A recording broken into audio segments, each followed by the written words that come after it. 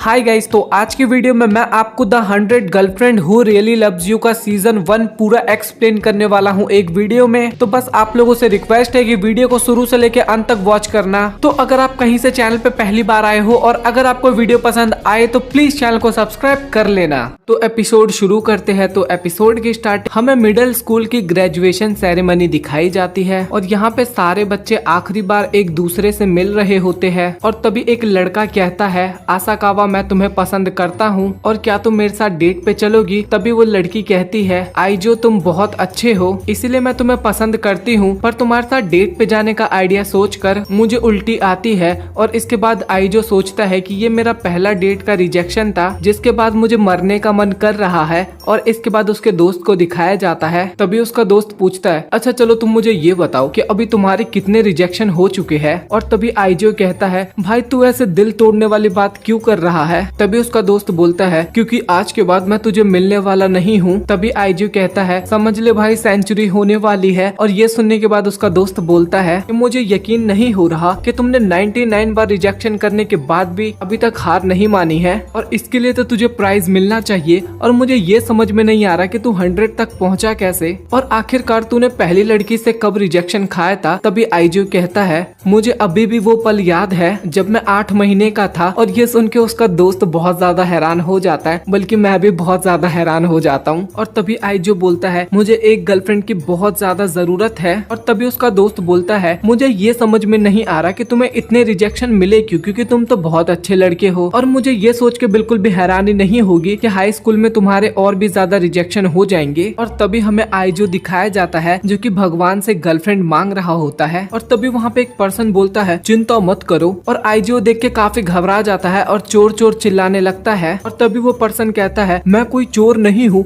मैं इस मंदिर का देवता हूँ और तुम चिंता मत करो आईजो। और तुम्हारी किस्मत में लिखा हुआ है कि तुम्हें हाई स्कूल में तुम्हारी गर्लफ्रेंड मिल जाएगी। तुम्हारी किस्मत में बहुत सुंदर लड़की लिखा हुआ है। और ये सुन के आईजो काफी खुश हो जाता है। और तभी गॉड कहता है कि तुम्हारी सोलमेट हाई स्कूल में मिलेगी और जब वो तुम्हें मिलेगी तो तुम्हारे बॉडी और उसके बॉडी में एक करंट फैलेगा और करंट फैलने के बाद तुम दोनों एक दूसरे के प्यार में गिरने लग जाओगे, जिसे तुम लोग लव एट फर्स्ट साइट कहते हो। कि ये बात लड़कियों को तभी पता लग जाता है लेकिन लड़कों को टाइम के साथ ही पता लग पाता है। तभी आईजो गॉड की बातों को रिपीट करने लगता है। तभी गॉड बोलता है कि तुम मेरी बातों को रिपीट मत करो क्योंकि एपिसोड नंबर 1 में हमें और भी चीजें दिखानी है। वैसे मांगा में मेरे डायलॉग तो और भी बहुत ज्यादा थे बट एनीमे में तो बहुत कम कर दिया गया है। बट कोई नहीं, चलो अब आगे बढ़ते हैं। और सोलमेट अपनी जिंदगी में एक स्पेशल टाइम में मिलने के लिए बनते हैं। तभी आईजो कहता है, तो उन लड़कों का क्या जो हमेशा सिंगल रहते हैं। तभी गॉड कहते हैं, ये सच है कि सभी को सोलमेट नहीं मिलता है और जिन्हें मिलती है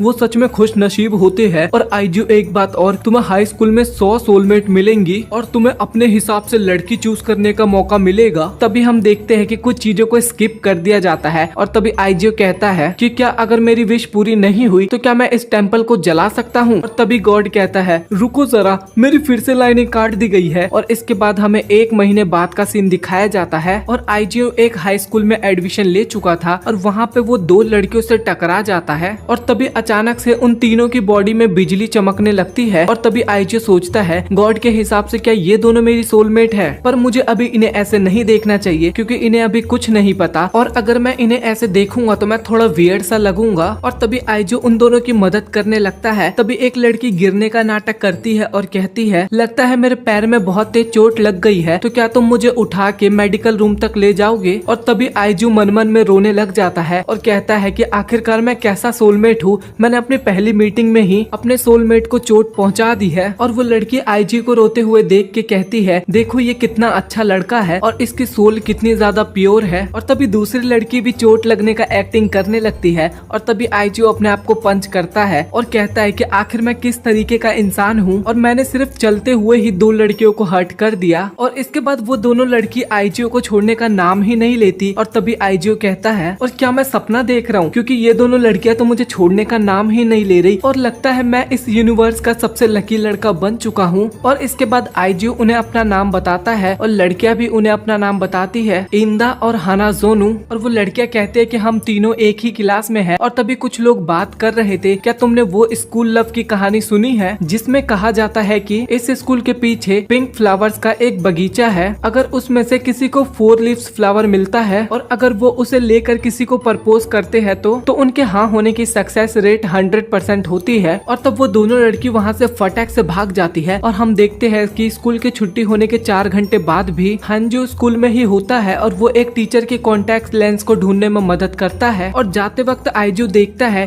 कि वो दोनों लड़की अभी तक उसके लिए 4 लीव्स फ्लावर ढूंढ रही थी। और आइजू ये देखने के बाद इंदा के पास जाता है और कहता है कि आप 4 लीव्स फ्लावर ढूंढते हुए थक गई होंगी। तभी इंदा कहती है कि मैं तो यहाँ पे कुछ और ढूंढ रही थी। तभी वो उसे जूस देता है। तभी इंदा कहती है कि आखिरकार तुम ये करना क्या चाहते हो। और तभी अंजू कहता है सॉरी, मुझे पता है कि तुम्हें ये अजीब लग रहा होगा क्योंकि आज हम पहली बार मिले हैं और मैं ये सब कुछ कर रहा हूँ। और तभी इंदा कहती है कि तुम बहुत अजीब हो और मैं इस जूस को फेंकने वाली थी बट मैं अब पी लूंगी। तभी इंदा उसे थैंक यू कह के वहाँ से चली जाती है। और तभी हाना जोनो भी वहाँ पे आती है और वो आइजू से पूछते है कि आप यहाँ पे क्या कर रहे हो। तभी आइजू कहता है मैंने देखा कि आप दोनों 4 लीफ फ्लावर ढूंढ रहे हो तो इसीलिए मैं आपके लिए ये ड्रिंक लेके आया हूँ। और तभी हाना जोनो ड्रिंक लेते हुए कहती है कि मैं इस ड्रिंक को पूरा नहीं पी सकती, तो क्या तुम मेरे लिए इस ड्रिंक को आधा पी सकते हो। और सोचती है कि अगर ये हो जाएगा तो मैं आइजू को इनडायरेक्टली किस कर पाऊंगी। तभी आइजू कहता है कि मुझे लगा ही था 350 ml आपके लिए ज्यादा हो जाएगा तो मैंने आपके लिए 190 ml लाया था। तभी हाना जोनो बोलती है फिर भी ये थोड़ा ज्यादा है तो मुझे नहीं लगता कि मैं ये पी पाऊंगी। और तभी आइजू उसमें से थोड़ी ड्रिंक पी लेता है और उसे कैन देते हुए सोचता है कि ये तो इनडायरेक्टली किस हुई ना। और तभी हम देखते हैं कि हाना जोनो एक्साइटमेंट के चक्कर में वो ड्रिंक नीचे गिरा देती है और तभी वो रोने लगती है। और तभी अचानक से हाना जोनो बोलती है आइजू को कि मैं तुमसे प्यार करती हूँ, मुझे पता है थोड़ा जल्दी हो रहा है लेकिन मैं तुमसे पागलों की तरह प्यार करती हूँ, तो क्या तुम मेरे साथ बाहर चलोगे। और मुझे लगा कि ये मैं अकेले ही नहीं हूँ जो फील करती हूँ, तो कहीं देर ना हो जाए इसलिए मैंने ये पहले ही तुम्हें कह दिया। और आइजू वहाँ पे खुश हो ही रहा था कि तभी वहाँ पे इंदा आ जाती है और तभी आइजू पूछता है कि तुम इतनी सारी कैन लेके यहाँ पे क्या कर रही हो। और तभी इंदा कहती है कि तुम ये मत समझना कि तुमने मुझे ड्रिंक दिया है उसके बदले मैं तुम्हें ये गिफ्ट दे रही हूँ। और इंदा हाना जोनो के ऊपर चिल्लाने लगती है। तभी हाना जोनो कहती है कि मुझे नहीं पता था कि तुम भी आइजू को पसंद करती हो और आखिरकार ये तुम्हें किसने कहा। और अगर वो मेरे साथ बाहर जाना चाहता है तो मुझे उसकी गर्लफ्रेंड बनने में कोई प्रॉब्लम नहीं है। और तभी आइजू सोचता है कि मैंने कभी भी किसी लड़की को ऐसे पूछते हुए नहीं देखा और मुझे तो ऐसा लग रहा है कि वो मेरे ऊपर एहसान कर रही है। और तभी इंदा कहती है कि आइजू सच बात तो ये है कि मैं तुमसे बहुत प्यार करती हूँ। और तभी वो दोनों आइजू को उन दोनों में से किसी एक को चुनने के लिए कहती है और आइजू कहता है तो चलो इसे हम ब्रेक के बाद जानेंगे। और इसके बाद आइजू घर पे सोच रहा था कि वो दोनों तो काफी ज्यादा सुंदर है तो मैं उनमें से किसे चुनूं। और क्या ये इसलिए हो रहा है क्योंकि वो दोनों मेरी सोलमेट है और मैंने उन्हें कल तक का वेट करने के लिए कहा है। और इसके बाद वो गॉड से मिलने के लिए जाता है। तभी गॉड कहते हैं कि तुम्हें मुश्किल तो होगी क्योंकि वो दोनों ही तुम्हारे सोलमेट है। और तभी आइजो कहता है कि आखिरकार उन लोगों ने क्या किया जिनकी मेरी ही तरह 2 सोलमेट है। और तभी गॉड कहते हैं कि वैसे तो सभी को एक ही सोलमेट मिलती है बट तुम्हारा केस थोड़ा अलग है क्योंकि तुम्हारे जन्मदिन वाले दिन मैं यानी लव गॉड ने थोड़ी गलती कर दी थी। तभी आइजू पूछता है कि क्या गलती कर दी थी। तभी गॉड बताते हैं कि उस दिन मैं टीवी पे अपने फेवरेट यूट्यूब चैनल एनीमे भजन की वीडियोस देख रहा था और वो देखते देखते मैंने तुम्हारे लिए 100 गर्लफ्रेंड लिख दी। तभी आइजू कहता है कि आप मुझे एक चीज बताइए कि कौन सा गॉड यूट्यूब चैनल देखते देखते काम करता है और आखिरकार आपने मेरी जिंदगी के साथ ये क्या कर दिया। अगर मेरे पास सिर्फ एक सोलमेट होती तो मुझे इतनी चिंता करने की जरूरत नहीं थी। और तभी गॉड बताते हैं कि आगे तुम्हारे साथ और भी बुरा होने वाला है क्योंकि आगे तुम्हें तुम्हारी और भी सोलमेट मिलेंगी और जब कोई सोलमेट मिलते हैं तो तभी वो एक दूसरे को प्यार करने लगते हैं और अगर ऐसा ना हो तो उनके साथ बहुत बुरी चीजें होने लगती है और कभी कभार तो वो मर भी जाते हैं। और एक सोलमेट होना किसी आशीर्वाद से कम नहीं है और ये पूरे लाइफ टाइम के गुड लक के बराबर होता है। और अगर कोई अपने सोलमेट से ना मिल पाए तो उसके साथ बहुत बुरी बुरी चीजें होती है। तभी आइजो कहता है कि अगर मैं उन दोनों में से किसी एक के साथ गया तो दूसरी मर जाएगी। तभी आइजो रोते हुए कहता है तो अब मैं क्या करूं। और गॉड उससे सॉरी बोलते हैं। तभी वो दोनों लड़की वहाँ पे आइजो का वेट कर रही थी और तभी आइजो वहाँ पे आता है और कहता है कि मैं आप दोनों को अपनी गर्लफ्रेंड बनाना चाहता हूँ और मैं आप दोनों से काफी ज्यादा प्यार करता हूँ तो मैं डिसाइड नहीं कर पाया कि मैं आप दोनों में से किसे चुनूं, तो प्लीज आप दोनों मान जाइए। और तभी इंदा वहाँ पे मना करने लग जाती है लेकिन तभी आइजो आइजू उन दोनों के लिए पिंक 4 लीफ फ्लावर लेके आता है और तभी हानाजोनो कहती है कि मैंने तो इन्हें पूरे बगीचे में ढूंढा था बट ये हमें तो नहीं मिला, तो आपको कैसे मिला? तभी हाइजू बताता है कि मैंने एक टीचर की मदद से पूरी रात इसे स्कूल में ढूंढा है। और तभी इंदा कहती है कि क्या तुम पागल हो कि ऐसे अंधविश्वास पे भरोसा करते हो, और मुझे पूरा विश्वास है कि तुम ये हमें मनाने के लिए कर रहे हो बट मैं ऐसे नहीं मानने वाली। तभी आइजू बताता है कि मैंने ये सब इसलिए नहीं किया, मैंने ये सब इसलिए किया क्योंकि मैंने देखा कि आप दोनों को ये फ्लावर ढूंढने में काफी परेशानी हो रही है, तो मुझे लगा कि मैं आप दोनों को अपने आंसर के साथ ये फ्लावर गिफ्ट में दूंगा, तब आप दोनों को बहुत खुशी होगी। और तभी हम देखते हैं कि हानाजोनो उसके ऑफर को मान जाती है और कहती है कि मुझे इससे कोई प्रॉब्लम नहीं है। और तभी इंदा भी इस बात के लिए मान जाती है। और तभी आइजू उन दोनों को कहता है कि मैं आप दोनों से प्रॉमिस करता हूँ मैं आप दोनों को बहुत खुश रखूंगा। आइजू दिखाया जाता है जो कि इतना ज्यादा खुश था कि वो खुशी के मारे एक खंबे से बात करने लगता है। और तभी इंदा और हानाजोनो वहाँ पे आ जाते हैं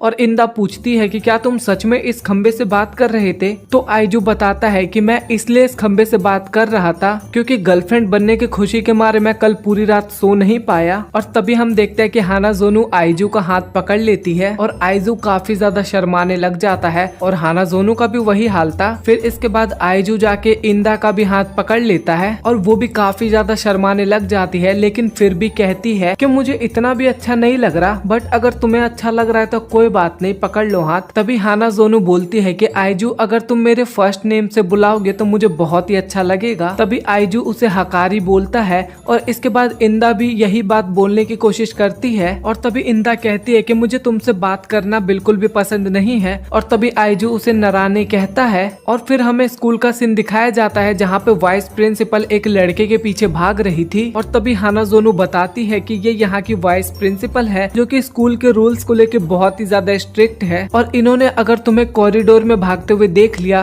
तो ये तुम्हारा जहन्नम तक पीछा करती रहेंगी, और अगर इन्होंने तुम्हें पकड़ लिया तो ये तुम्हें एक फ्रेंच किस देगी। और फिर आइजू कहता है कि ये तो इमोशनल डैमेज है। और तभी हानाजोनो कहती है ये केवल इमोशनल डैमेज ही नहीं, ये तो फिजिकल डैमेज भी है क्योंकि इनके किस के अटैक से कोई भी नहीं बच पाता। तभी हानाजोनो पूछती है कि क्या तुमने कभी पहले किस किया है? और तभी आइजू बताता है कि नहीं, क्योंकि तुम दोनों मेरी पहली गर्लफ्रेंड हो। तभी दोनों सोचते हैं कि जो पहले गया उसको पहले किस मिल जाएगा। और तभी वो दोनों एक दूसरे को घूरना शुरू कर देते हैं। और इसके बाद हमें दिखाया जाता है कि तीनों छत पे बैठ के लंच कर रहे होते हैं। और तभी हानाजोनो अपने हाथों से आइजू को खाना खिलाती है और ये देख के आइजू को काफी ज्यादा अच्छा लगता है। और तो इंदा भी शर्माते हुए कुकी निकालती है, बट वो कुकी आइजू के आंख में लग जाता है, लेकिन फिर भी वो उसे खाता है और वो भी उसे बहुत अच्छा लगता है। फिर इसके बाद हानाजोनो अपने बैग में से एक बॉकी स्टिक नाम की कुछ खाने की चीज निकालती है और वो जो उसमें पकड़ने वाला हिस्सा होता है वो जानबूझ के तोड़ देती है।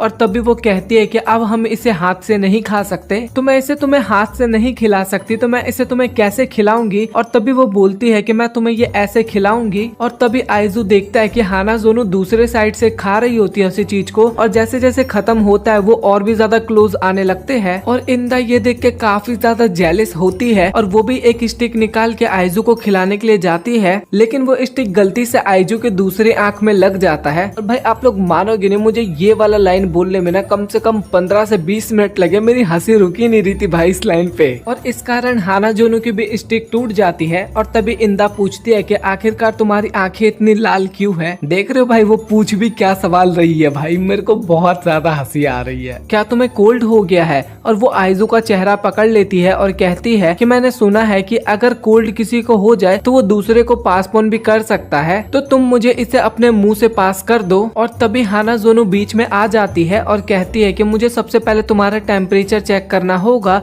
और हमारे घर में टेम्परेचर को चेक करने का तरीका थोड़ा अलग होता है। फोरहेड और लिप्स दोनों पे किस करना पड़ता है टेम्परेचर चेक करने के लिए। और तभी हानाजोनो और इंदा दोनों आपस में लड़ने लगते हैं। और तभी आइजू कहता है कि आखिर तुम दोनों को हुआ क्या है, क्या तुम मुझे किस करना चाहते हो? और दोनों वहाँ पे मना कर देती है। और तभी आइजू सोचता है क्या ये दोनों मुझे किस करने के लिए इतना कुछ कर सकती है। और तभी आइजू कहता है कि मुझे भी तो तुम दोनों को किस करना है। और तभी इंदा कहती है कि अगर तुम्हें हमें किस करना है तो पहले तुम्हें डिसाइड करना होगा कि तुम किसके साथ किस करना चाहते हो। आइजू उन दोनों को गले लगा लेता है और एक साथ किस करने की बात बताता है। और तभी आइजू बताता है कि मैंने पहले यही सोचा था और इसमें तुम दोनों पहले एक दूसरे को किस करोगी और मुझे लगा कि तुम दोनों इस चीज के लिए तैयार नहीं होगी। अब मुझे विश्वास है कि तुम दोनों ये चीज कर लोगी। और तभी वो तीनों एक दूसरे का हाथ पकड़ते हैं और किस कर लेते हैं। तभी हमें अगले दिन का सीन दिखाया जाता है जहाँ पे वो तीनों एक कुकिंग बुक ढूंढने आए थे। और तभी हानाजुनु बताती है कि मुझे पता है आइजू कि कल तुम्हें मेरे हाथ के एग रोल खाने में बहुत पसंद आए थे, मैं तुम्हारे लिए और भी चीजें बनाना चाहती हूँ। और इसके बाद वो दोनों एक ही बुक को पढ़ने के लिए आपस में बहस करने लगते हैं। और तभी आइजू कहता है कि अब तुम दोनों को इकट्ठे रहना चाहिए क्योंकि अब तो तुम दोनों ने इकट्ठे किस भी कर लिया है। अभी आइजू लाइब्रेरी में एक बुक ढूंढ रहा होता है और वो एक लड़की से टकरा जाता है और इसके बाद उन दोनों के अंदर वो सोलमेट वाला करंट गुजरता है। और तभी आइजू कहता है क्या ये भी मेरी सोलमेट है और मुझे यकीन नहीं हो रहा कि मैं इतनी जल्दी इससे मिलूंगा।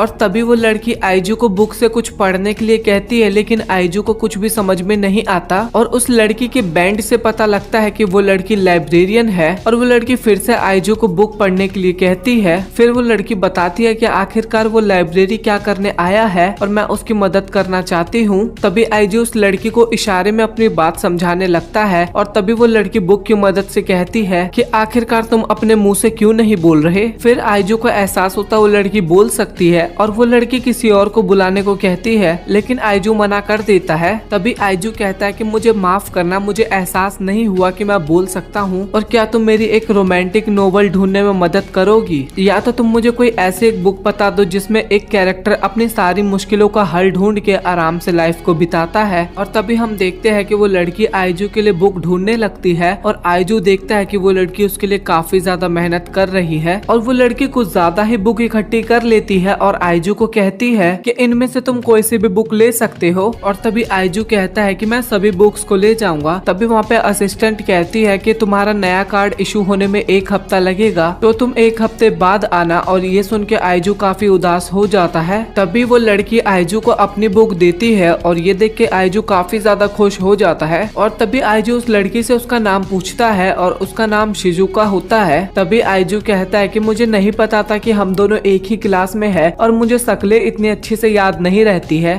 और दूसरी तरफ हानाजोना और इंदा अभी भी कुकिंग की बुक्स पढ़ रही थी। तभी आइजू पूछता है क्या ये सारी कुकिंग की बुक्स है। और तभी हानाजोनु बताती है कि हाँ, मैं तुम्हारे लिए अच्छा खाना बनाना चाहती हूँ इसीलिए मैं सारी बुक्स पढ़ रही हूँ। और इंदा बोलती है कि मैं अपनी केवल नॉलेज को बढ़ाने के लिए बुक्स को पढ़ रही हूँ। और तभी आइजू रोते हुए कहता है कि यकीन नहीं हो रहा मुझे कि मेरी दोनों गर्लफ्रेंड मुझसे इतना प्यार करती है। और आइजू घर पे आके उस बुक्स को पढ़ने लगता है और वो कहानी प्रिंसेस लो और उसके नाइट तामागुरु की होती है और इसमें उनके रोमांस के बारे में बताया होता है। प्रिंसेस लू तामागुरु को अपना नाइट बना लेती है और तामागुरु प्रतिज्ञा लेता है कि मैं अपनी जान देकर भी तुम्हारी हिफाजत करूंगा। तभी हम देखते हैं कि प्रिंसेस लू पे एक ड्रैगन हमला कर देता है लेकिन तामागुरु उन्हें बचाने के लिए वहाँ पे आ जाता है और वो उस ड्रैगन को हरा देता है जिससे उन दोनों के बीच में प्यार हो जाता है। तभी हम देखते हैं कि राजकुमारी की शादी कहीं और कर दी जाती है। तभी तामागुरु कहता है मैंने कसम खाई थी कि आपका ध्यान रखूंगा लेकिन ये किस्मत हमें कभी मिलने नहीं देगी। तभी आइजू रोते हुए कहता है तुम ये कर सकते हो तामागुरु, तुम्हें किस्मत को हराना है। और तभी वो बुक वहीं पे खत्म हो जाती है और आइजू सोचता है क्या सच में तकदीर को कोई चीज नहीं कर सकता, सोलमेट को हमेशा साथ रहना होगा नहीं तो वो मर जाएंगे। और तभी हम देखते हैं क्लास में आइजू सुजुका से मिलती है और वो उसे देख के काफी ज्यादा शर्मा जाती है। और तभी सुजुका उस कहानी का सेकंड पार्ट आइजू को देती है और तभी आइजू कहता है कि क्या तुमने ये सिर्फ मेरे लिए किया है,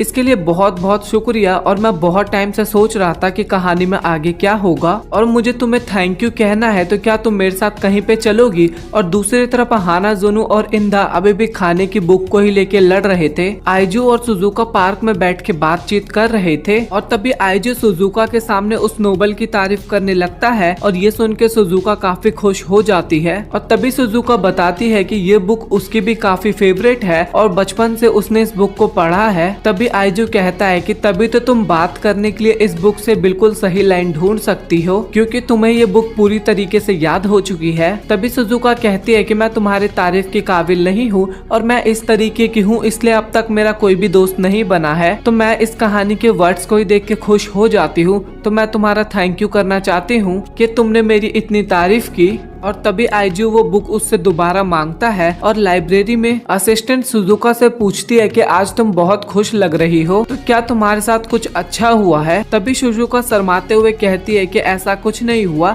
मैं तो हमेशा की तरह अपना ड्यूटी निभा रही हूँ। और तभी हम देखते हैं कि सुजुका उस बुक को लेने की कोशिश करती है जिसे पिछले दिन आइजू लेना चाहता था। अगले दिन हम देखते हैं कि सुजुका उस कहानी की 3rd एडिशन लेके आती है, लेकिन 3 दिन आइजू सुजुका से मिलता नहीं है और वो काफी उदास हो जाती है। और तभी हम देखते हैं कि आइजू इंदा और हानाजोनो के साथ बैठा था, जहाँ पे वो दोनों पूछ रहे थे कि आजकल तुम बहुत ज्यादा नींद में रहते हो। और तभी आइजू बताता है कि आजकल मैं कुछ काम की वजह से लेट सोता हूँ। तभी हानाजोनो और इंदा कुछ सोचने लगते हैं, लेकिन आइजू को कुछ समझ में नहीं आता। और तभी हानाजोनो आइजू को एक किस देती है, जिससे आइजू काफी ज्यादा खुश हो जाता है और इंदा भी उसे किस देने के लिए आगे बढ़ती है, लेकिन उसका सिर आइजू के मुंह से टकरा जाता है। और तभी हमें सुजुका दिखाई जाती है जो कि सोच रही थी कि आइजू के पास पहले से ही गर्लफ्रेंड है, तो वो इसीलिए मेरी बुक्स नहीं पढ़ पाया होगा। और आखिरकार पता नहीं मैं क्या ही एक्सपेक्ट करने लग गई थी। और तभी हमें सुजुका का बचपन दिखाया जाता है, जहाँ पे उसे हमेशा बुली किया जाता था क्योंकि वो बुक की मदद से बात करती थी और उसकी माँ भी इसी वजह से उसे काफी मारती थी। और तभी सुजुका सोचती है कि किसी के पास भी मेरे जैसे पागल से बात करने का टाइम नहीं होगा। और तभी आइजू सुजुका से लाइब्रेरी में मिलने के लिए आता है और वो कहता है कि तुम मुझे जो बुक्स देती हो अपनी, उसके लिए मैं तुम्हारे लिए कुछ करना चाहता हूँ।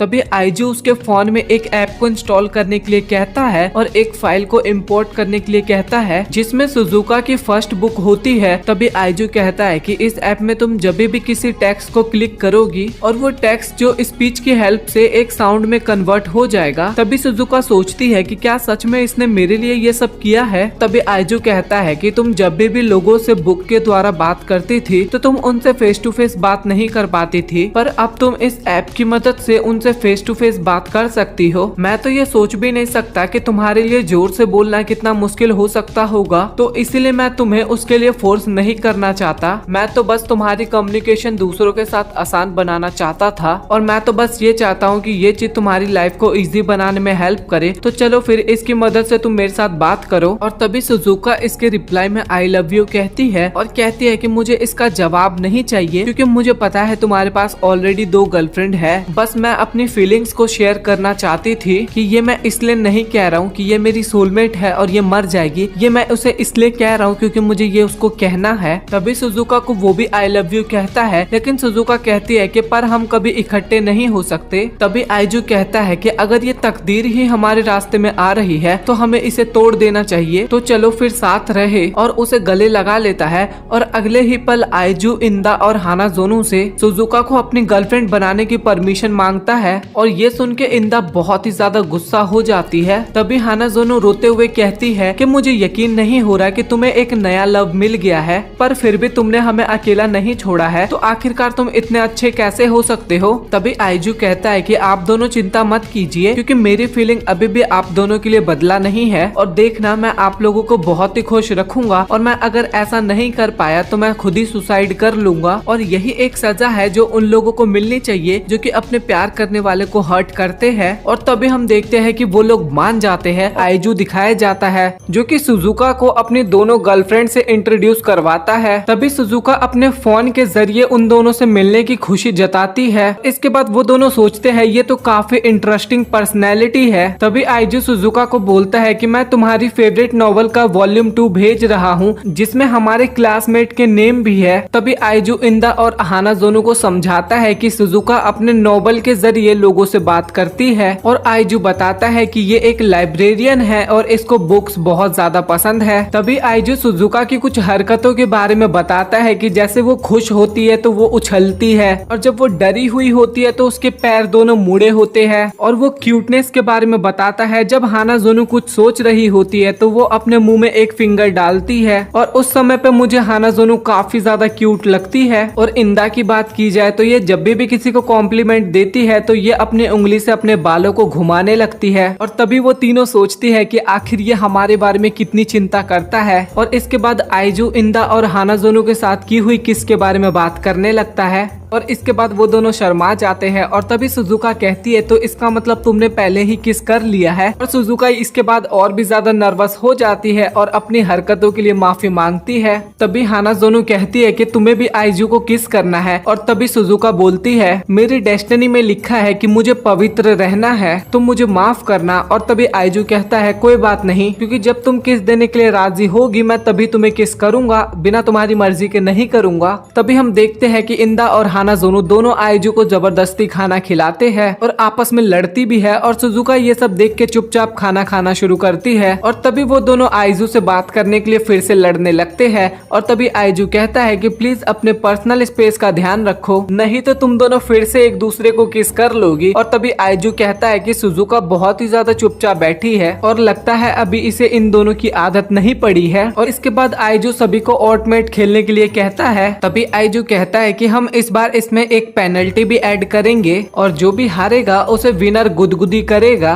तभी आइजू सोचता है कि किसी के भी इमोशन को रिवील करने का एक रास्ता है और वो है उसे हंसाना। और ये सुन के वो तीनों आइजू को गुदगुदी करने के लिए काफी ज्यादा एक्साइटेड हो जाते हैं। और पहला राउंड स्टार्ट होता है जिसमें आइजू तो जीत जाता है लेकिन इंदा हार जाती है और वो कहती है तो चलो मुझे फिर गुदगुदी करना स्टार्ट करो। और तभी हानाज़ोनो कहती है कि कम से कम अपनी खुशी को छुपाने की तो कोशिश करो। और लिटरली भाई यहाँ पे मुझे फिर हंसी आ जाती है और आइजू फिर उसे गुदगुदी करना स्टार्ट करता है और इंदा वहाँ पे अपने इमोशंस को छुपाती है। और इसके बाद इंदा जमीन पे लेट जाती है। तभी आइजू कहता है तुम तो ऐसे बिहेव कर रही हो जैसे कि मैं तुम्हारे साथ कुछ गलत कर रहा हूँ। और फिर हम दूसरा राउंड देखते हैं जिसमें आइजू फिर से जीत जाता है और इस राउंड में हानाज़ोनो हारती है और वो भी काफी ज्यादा एक्साइटेड हो जाती है और अपना कोट हटा के कहती है कि प्लीज आराम से करना। और तभी इंदा उसका कोट के बटन लगाती है और कहती है कि ये इलीगल है। और इसके बाद आइजू उसे भी गुदगुदी करना स्टार्ट करता है और इससे हानाज़ोनो के भी इमोशंस जागने लग जाते हैं और वो आइजू को रोक देती है। और तीसरे राउंड में आइजू फिर से जीत जाता है और इस बार सुजुका हार जाती है।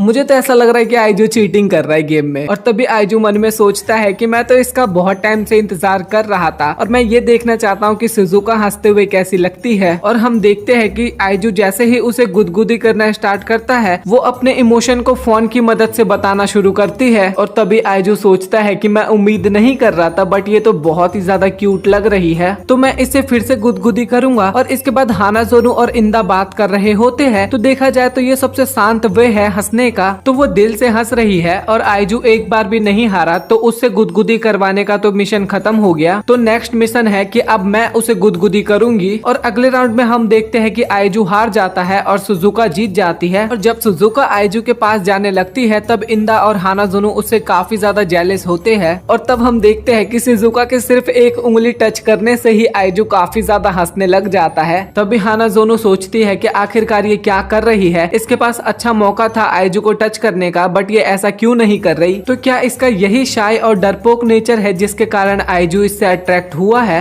ये तो सच में बहुत ही कमाल की और क्यूट है और इससे कोई भी बहुत ही जल्द नेचुरली अट्रैक्ट हो जाएगा। तो अब तो एक बहुत ही खतरनाक दुश्मन आ गया है जो कि इंदा से भी काफी खतरनाक है। तो इसके बाद आइजू वॉशरूम जाता है और तभी इंदा सुजुका से पूछती है तुम क्या कर रही हो, क्या तुम हमारे सामने अपने आप को पूरी तरह से एक्सप्रेस नहीं करना चाहती। तभी सुजुका कहती है कि ये सच नहीं है। और तभी इंदा कहती है तुम झूठ बोल रही हो क्योंकि तुम ही हो जो कि आइजू से थोड़ा डिस्टेंस बना के रह रही है, तुमने उसे सिर्फ टच ही किया है और मैं पूरी तरह से श्योर हूँ कि तुम भी उसे गुदगुदी करना चाहती थी, तो आखिरकार तुम अपने आप को बेवकूफ शो क्यों कर रही हो। तभी हानाज़ोनो कहती है कि ये शायद इसलिए है क्योंकि तुम उसे डरा रही हो। तभी हानाज़ोनो कहती है कि मैंने ऐसा कब किया। तभी सुजुका कहती है कि आप दोनों आइजू के पहले प्यार हो और मैं न्यू हूँ तो मुझे अभी तुम दोनों के रास्ते में नहीं आना चाहिए। तभी इंदा कहती है तो तुम एक चीज जान लो कि तुम भी अब आइजू की गर्लफ्रेंड हो, तो अब तुम्हारे ऊपर कोई पाबंदी नहीं है और मुझे तो तुम पे गुस्सा आ रहा है क्योंकि तुम जो कहना चाहती हो तुम वो नहीं कह रही हो। तभी हानाज़ोनो कहती है कि देखो ये कह भी कौन रहा है जो कि अपनी फीलिंग्स को एक्सेप्ट करने की जगह लड़ना पसंद करती है। तभी इंदा कहती है कि चुप हो जाओ, क्या तुम मेरे से लड़ाई करना चाहती हो। तभी सुजुका माफी मांगती है और तभी इंदा कहती है कि यही तो मैं कहना चाहती हूँ कि आखिरकार तुम लड़ती क्यों नहीं। तभी सुजुका कहती है कि अगर आप यही चाहती हो तो मैं आपसे अपनी दिल की आवाज सुनूंगी। सच्चाई तो ये है कि पहले मुझे डर लग रहा था। और तभी इंदा कहती है कि क्या मैं इतनी डरावनी लगती हूँ। तभी सुजुका कहती है कि मेरा ये मतलब नहीं था, मेरा मतलब ये था कि हानाज़ोनो अपने आप को इतने अच्छे मैनर्स में प्रेजेंट करती है और वो काफी ज्यादा अट्रैक्टिव अट्रैक्टिव भी है और उनके पास फिजिकल चार्म भी है और इंदा काफी ज्यादा सुंदर है, उसका फेस इस तरह है जैसा बहुत से लोग चाहते हैं। तो क्या मैं उस टाइम आप दोनों के सामने खड़ी भी रह सकती हूँ जब आइजू हम तीनों को कंपेयर करेगा? तो मुझे उसी बात से सबसे ज्यादा डर लगता है। और तभी इंदा और हानाजोनु सोचते हैं इसने जो भी कहा वो कितना ज्यादा कमाल था। और दूसरी तरफ सुजुका कहती है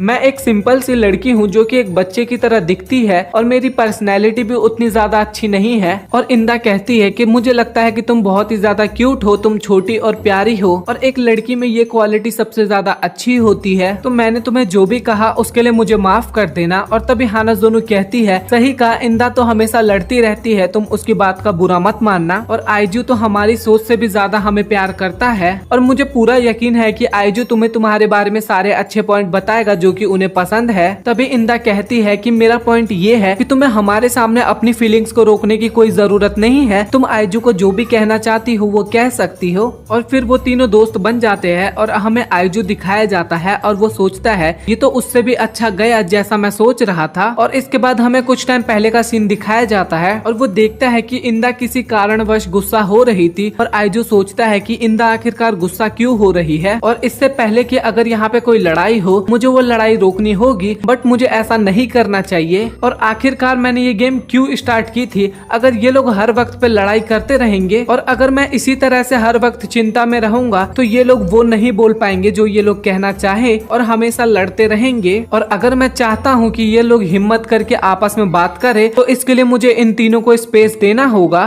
तभी आइजू रोते हुए कहता है कि मैंने जैसा सोचा था कि इंदा सुजुका के लिए गुस्सा थी, ना कि सुजुका पे गुस्सा थी। और हानाजोनु ने भी बीच में आके सुजुका को इंदा के गुस्से से बचा लिया। तभी आइजू के वापस आते ही इंदा कहती है कि हम पुरानी पेनल्टी को दोबारा करना चाहते हैं। तभी आइजू पूछता है कि हम वो दोबारा क्यों करेंगे? और तभी इंदा कहती है कि जो तुम्हें सुजुका ने टच किया था उसको माना नहीं जाएगा और सुजुका तुम्हें फिर से अच्छी तरीके से गुदगुदी करेगी। और तब हानाजोनु भी इस बात पे एग्री करती है और इस बात के लिए सुजुका से पूछती है। तभी सुजुका सोचती है कि ये दोनों तो मेरी मदद कर रहे हैं तो मुझे इनकी उम्मीदों पे अब खड़ा उतरना होगा। तभी सुजुका कहती है कि मैं तुम्हें आइजू किस करना चाहती हूँ। और ये सुनने के बाद वो तीनों काफी ज्यादा हैरान हो जाते हैं। और तभी सुजुका बताती है कि जो मैंने तुम्हें पहले बताया था कि ये मेरी डेस्टिनी है कि मैं शादी के बाद ही किसी को किस करूंगी, तो ये मैंने झूठ कहा था, लेकिन सच्चाई तो यही है कि मैं तुम्हें असलियत में किस करना चाहती हूँ। और तभी आइजू कहता है कि ये सुन के मुझे बहुत खुशी हुई। तभी आइजू सुजुका के सर पे हाथ रखता है और इसके बाद फाइनली आइजू सुजुका को किस करता है और वो काफी ज्यादा ब्लश करने लगती है। और ये देख के हानाजोनु और इंदा भी काफी ज्यादा ब्लश करती है। और तभी हानाजोनु कहती है कि तुमने ही सुजुका को अपनी दिल की बात कहने के लिए कहा था, तो क्या तुम्हें नहीं लगता कि तुम्हें भी वही करना चाहिए? और तभी इंदा कहती है कि आखिरकार तुम कहना क्या चाहती हो? और वो भी आइजू को किस करने के लिए कहती है और आइजू भी इसके लिए मान जाता है। और तभी हानाजोनु कहती है जो मैंने तुमसे पूछा और सुजुका ने भी तुमसे पूछा तो क्या मेरा पूछना तुम्हारे लिए फीका था? तभी आइजू कहता है कि ऐसी कोई बात नहीं है सुजुका, तुम और इंदा तीनों मेरे लिए दुनिया की सबसे क्यूटेस्ट गर्ल हो।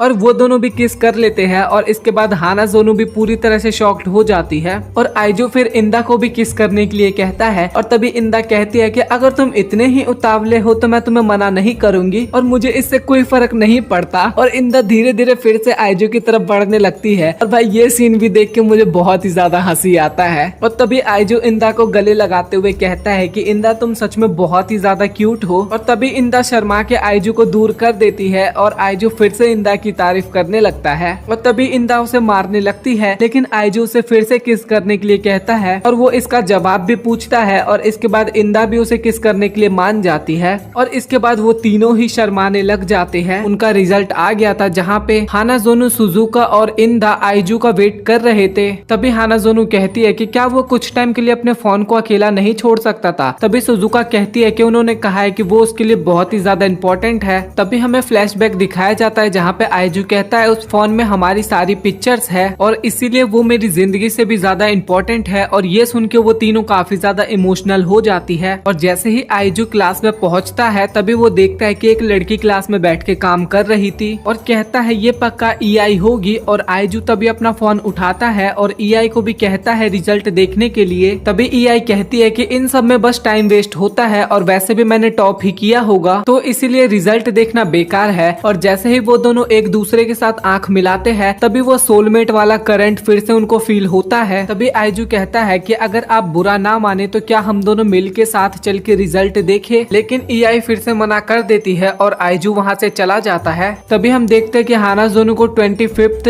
सुजुका को 45, इंदा और आइजू को 87 और 88 रैंक आई थी। फिर इसके बाद आइजू सबको शाबाशी देता है और तभी आइजू देखता है कि EI ने टॉप किया था और सभी सब्जेक्ट में उसके पूरे नंबर आए थे। तभी आइजू बाकी सबसे EI के बारे में पूछता है और तभी इंदा कहती है कि मैंने कभी उससे बात तो नहीं की, पर मैंने उसके बारे में कुछ सुना है कि वो हर सब्जेक्ट का आंसर हमेशा सही देती है और सभी लोग उसे एक हाईली एडवांस AI कहते हैं। तभी हमें बायोलॉजी का लैब दिखाया जाता है जहाँ पे EI के साथ आइजू को पार्टनर बना दिया जाता है और सुजुका, हानाजोनो, इंदा एक साथ होते हैं। तभी आइजू देखता है कि EI प्रैक्टिकल के डायग्राम को बुक में से देख के कॉपी पे बना रही थी, लेकिन आइजू से मना करता है और तभी EI कहती है कि ये रिजल्ट माइक्रोस्कोप से बेटर है। तभी आइजू कहता है कि फिर प्रैक्टिकल का मतलब ही क्या रह जाएगा। तभी EI कहती है कि प्रैक्टिकल एकदम मीनिंगलेस होता है और साइंटिस्ट ने कहा है कि उनके रिसर्च को दोबारा से दोहराना टाइम का वेस्टेज कहलाता है। और तभी आइजू टीचर को देख के EI को प्रैक्टिकल करने के लिए कहता है और तभी EI माइक्रोस्कोप की मदद से बुक में देखती है। तभी आइजू कहता है कि तुम क्या कर रही हो और तभी EI कहती है कि इस तरीके से अनियन को देखने की जगह टेक्स्ट बुक को देखना ज्यादा बढ़िया लग रहा है और मुझे इसमें कोई प्रॉब्लम नहीं लग रही। और तभी आइजू कहता है अच्छा मैं समझा, तो इस वजह से इसे सब लोग AI कहते हैं। और तभी आइजू की उंगली में एक कट लग जाता है और वो नर्स के पास जाने लगता है। तभी AI उसकी उंगली को अपने मुंह में डाल लेती है और तभी आइजू पूछता है कि ये तुम क्या कर रही हो। तभी वो बताती है कि सलाइवा में एंटी माइक्रोबल एजेंट्स होते हैं, तो इसी कारण तुम्हें एक स्मॉल से कट के लिए डिसइंफेक्शन एंटीडोट की जरूरत नहीं पड़ेगी। और तभी आइजू उसे थैंक यू कहता है उसकी मदद करने के लिए और उसे एक सोडा ऑफर करता है, लेकिन EI मना कर देती है और कहती है कि मुझे अभी प्यास नहीं लगी और वैसे भी सोडा हेल्थ के लिए अच्छा नहीं होता। तभी आइजू कहता है कि अगर आप बुरा ना मानो तो मैं आपको अच्छे से जानना चाहता हूँ। तभी EI कहती है कि मुझे इससे कोई फर्क नहीं पड़ता, लेकिन ये मीनिंगलेस होगा। और तभी आइजू कहता है कि लेकिन अपनी हॉबी और अपने हैबिट के बारे में बताना तो मजेदार होगा ना।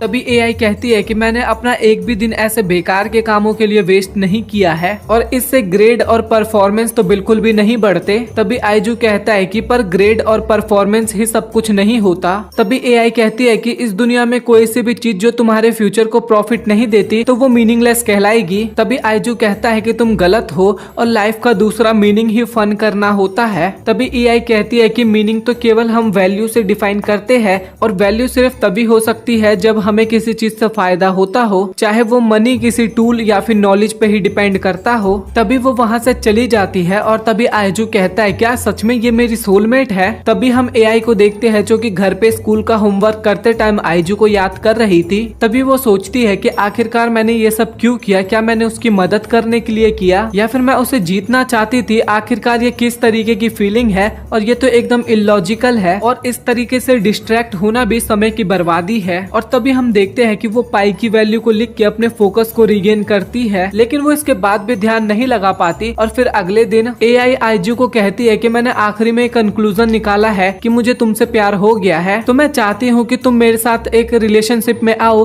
और आइजू इस चीज को एक्सेप्ट कर लेता है। तभी EI उससे दूर हो जाती है और कहती है कि आखिर तुम्हें मुझे मना करना चाहिए था और अगर तुम ऐसा नहीं करते तो मुझे ही तुम्हें मना करना होगा, तो मैं आज यहाँ पे इस प्यार का अंत करने आई हूँ। तभी आइजू कहता है लेकिन ऐसा क्यों है, हम तो एक दूसरे को पसंद करते हैं ना। और तभी EI कहती है कि रोमांस केवल शादी करने और बच्चा पैदा करने के लिए होता है और इस टाइम पे मुझे इसकी कोई जरूरत नहीं है, तो इसलिए टीनेजर के बीच में रोमांस करना बिल्कुल ही बेकार होगा और इससे मेरा टाइम वेस्ट ही होगा। तभी आइजू कहता है कि मैं ये आपको बताना तो नहीं चाहता था, बट मैं पहले भी 100 बार रिजेक्ट हो चुका हूँ, तो इसीलिए मैं एक और बार अपना दिल नहीं तोड़वा सकता, तो इसीलिए तुम ऐसा नहीं कर सकती। तभी AI कहती है कि मुझे इससे कोई लेना देना नहीं है। और तभी आइजू कहता है अगर मैं तुम्हारे साथ प्यार में रहूंगा तो तुम इस रिश्ते को कभी भी खत्म नहीं कर पाओगी और इस तरह मैं तुम्हें छोड़ भी नहीं सकता, तो क्या तुम मेरे साथ डेट पर चलोगी? और अगर मैंने तुम्हें एक दिन में ना मना पाया तो मैं खुद वादा करता हूँ कि मैं तुम्हें छोड़ दूंगा। तभी हमें कुछ दिन बाद का सीन दिखाया जाता है जहाँ पे आईजू सोच रहा था कि अगर असल में देखा जाए तो मैं पहली बार डेट पे जा रहा हूँ, और तभी ईआई वहाँ पे आ जाती है और आईजू उसे देख के बहुत ही खुश हो जाता है। तभी वो दोनों झूला झूलने जाते हैं और ईआई सोचती है कि आखिरकार इस एक्टिविटी का क्या फायदा है, ये तो टाइम की वेस्टेज है। और तभी आईजू उसे फोटो खींचने के लिए कहता है और उससे कैमरे के बारे में पूछता है, और तभी ईआई कहती है कि इस कैमरे के अंदर ना ही कोई नेगेटिव फिल्म होती है और ना ही ये किसी तरीके के डाटा को स्टोर करता है, तो इसीलिए अगर फोटोग्राफ गुम जाती है तो हमारी सारी यादें भी गुम जाती है, तो इसीलिए ये डिवाइस एकदम बेकार है। लेकिन आईजू की बातों को इग्नोर करते हुए फोटो खींच देता है। और तभी वो दोनों एक हॉन्टेड हाउस में जाते हैं और आईजू वहाँ पे काफी ज्यादा डर रहा था, लेकिन ईआई को वहाँ पे कोई फर्क नहीं पड़ रहा था। तभी आईजू उसे कप वाले झूले पे लेके जाता है और उससे उस झूले के बारे में पूछता है। तभी ईआई कहती है कि ये तो एकदम बेकार है, आखिर इस झूले पे गोल गोल घूमने का क्या फायदा है। और इसके बाद वो लोग एक पजल के अंदर जाते हैं और ईआई कहती है कि आखिरकार इतने सारे रास्ते बनाने का क्या फायदा, क्या वो लोग एक सीधा रास्ता नहीं बना सकते थे। और इसके बाद वो दोनों पेरिस व्हील पे जाते हैं और यहाँ पे आईजू पूछता है क्या ईआई तुम्हें हाइट से डर लगता है, और तभी ईआई हाँ कहती है। और तभी आईजू कहता है कि क्या तुम मेरे पास बैठना चाहती हो, और तब ईआई फिर से हाँ कहती है और फिर वो दोनों हाथ पकड़ के बैठ जाते हैं। और शाम के टाइम वो दोनों फोटो को डिस्कस कर रहे थे और तभी आईजू कहता है कि देखो तुम इस फोटो में कितना मजा कर रही हो। तभी ईआई कहती है कि तुम ऐसा कैसे कह सकते हो, लोगों को लगता है कि मैं बिल्कुल ही इमोशनलेस हूँ। तभी आईजू कहता है कि ऐसी कोई बात नहीं है, मैंने बस तुम पे थोड़ा ध्यान दिया था और मैं बहुत खुश हुई ये जान के कि तुम्हें बहुत अच्छा लगा। तभी ईआई कहती है कि मुझे इससे केवल फन ही मिला है और इससे मैं कोई सी भी वैल्यू अपडेट नहीं कर पाई हूँ, तो इसीलिए ये मेरा मीनिंगलेस डेट है, तो इसीलिए मुझे माफ कर देना। तभी आईजू कहता है कोई बात नहीं, क्योंकि कोई भी दो लोग सेम नहीं सोचते हैं, और मैं तो इसलिए खुश हूँ क्योंकि तुमने मुझसे सच कहा है, तो इसका मतलब है कि ये दिन मीनिंगलेस रहा। तो चलो फिर इन फोटोज को जला देते हैं। और आईजू जैसे ही इन फोटो को जलाने वाला होता है तभी ईआई आईजू के हाथ से फोटो को खींच लेती है। तभी आईजू कहता है कि मुझे पता था कि तुम्हें आज कुछ ऐसा वैल्यूएबल मिला है जिसे तुम खोना नहीं चाहती। और तभी हम देखते हैं कि ईआई अचानक से रोने लगती है और कहती है कि आखिरकार ये क्यों हो रहा है। और तभी आईजू कहता है कि मुझे माफ करना, लेकिन मैं तुम्हें ये बताना चाहता था कि अच्छे वक्त का भी मीनिंग होता है और उस वक्त को एंजॉय करना ही हमारी लाइफ को मीनिंगफुल बनाता है। और तभी आईजू एआई को आंसू पोंछने के लिए रुमाल देता है और तभी एआई उसे प्रपोज करती है और कहती है कि इस रोमांस से मैं वो चीज अपडेट करना चाहती हूँ जो मुझ में मिसिंग थी, और मैं वो मीनिंगफुल टाइम जिसके बारे में मैं नहीं जानती थी वो मैं तुम्हारे साथ बिताना चाहती हूँ। और तभी अचानक से एआई आईजू को खींचते हुए उसे किस कर लेती है और कहती है कि मुझे लगा कि बिना डरे अपनी इच्छाओं को पूरा करना ही बहुत अच्छा होगा, तो क्या तुम्हें इससे कोई परेशानी हुई। तभी आईजू मना कर देता है और इसके बाद आईजू अपनी तीनों गर्लफ्रेंड को ईआई के साथ की सारी कहानी बताता है और डरते हुए उन तीनों के सामने ईआई को एक्सेप्ट करने के लिए कहता है। तभी इंदा कहती है कि तुमने मुझे फिर से सरप्राइज कर दिया है, लेकिन मुझे इससे अब कोई फर्क नहीं पड़ता। और इसके बाद वो तीनों इस बात के लिए मान जाती है। और इसके बाद फिर आईजू एक सेंटी डायलॉग देता है कि अगर मैं तुम लोगों को खुश ना रख पाया तो मैं फांसी लगा के मर जाऊंगा। तभी ईआई कहती है कि फांसी लगाने से अच्छा तुम्हें जहर पी के मरना चाहिए, क्योंकि ये ज्यादा आसान रास्ता होगा। और इसके बाद वो तीनों भी डेट पे जाने की बात करते हैं और इसके बाद आईजू उन चारों को छुट्टियों पे कहीं ले जाने की बात करता है। और इसके बाद हानाजोनु उन्हें एक पूल पे ले जाने के लिए कहती है। इंदा दिखाई जाती है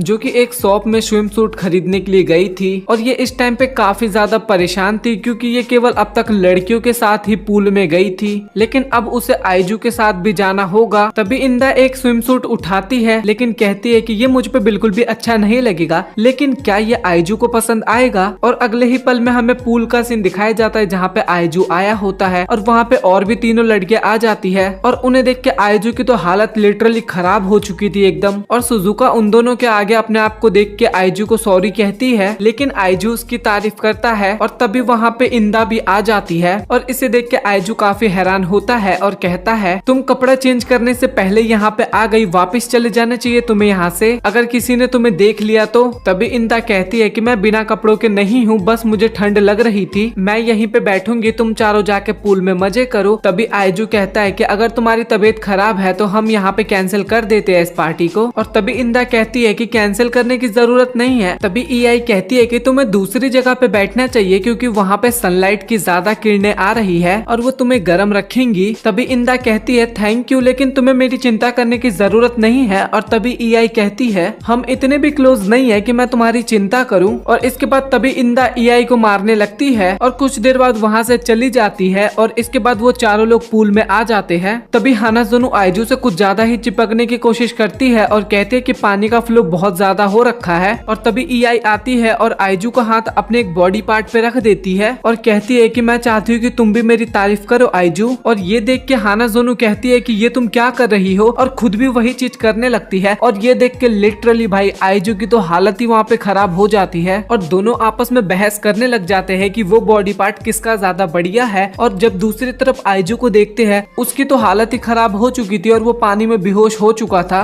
तभी वो दोनों आइजू को पानी से बाहर निकालते हैं और हानाज़ोनो कहती है कि हमें इसे सीपीआर देना होगा और सीपीआर देना स्टार्ट करती है, लेकिन वहाँ पे वो सीपीआर देने की जगह उसे किस करने लग जाती है। तभी ईआई हानाज़ोनो को दूर हटाती है और वो भी सीपीआर देने जाती है, लेकिन वो भी उसे सीपीआर देने की जगह किस करने लग जाती है। लेकिन हानाज़ोनो फिर से ईआई को दूर हटा के फिर किस करने लग जाती है और हमें दूसरी तरफ सुजुका दिखाई जाती है जो कि पानी में बह के दूसरी तरफ आ चुकी थी और मदद के लिए ये फोन के जरिए आवाज निकालती है, लेकिन इसकी बातों पे कोई ध्यान नहीं देता और इसकी ट्यूब भी फट जाती है, लेकिन ये किसी तरीके से किनारे पे आ जाती है, लेकिन वो वहाँ पे अकेली हो जाती है। और दूसरी तरफ हानाज़ोनो और ईआई उसे सीपीआर दे ही नहीं पा रहे थे और फाइनली वो दोनों डिसाइड करते हैं कि एक मेल लाइफ गार्ड को बुला के लाएंगे और वो उन्हें ढूंढने चले जाते हैं। लेकिन रास्ते में कुछ लड़के उन दोनों को छेड़ने लग जाते हैं। तभी एक लड़का हानाज़ोनो की बॉडी को टच करने वाला होता है और कहता है ये मेरा सपना था बचपन से। लेकिन तभी ईआई बीच में आके उसे रोक लेती है और इसे एक पंच करके नीचे गिरा देती है। तभी उसके दोस्त आ जाते हैं और ईआई को कहते हैं तुम्हें क्या लगा तुम लड़की हो तो बच जाओगी। तभी हमें दिखाया जाता है कि हानाज़ोनो और ईआई वहाँ पे फंस चुके लड़कों के बीच में। सुजुका दूसरी तरफ खो चुकी है और इंदा एक साइड में अकेली बैठी हुई है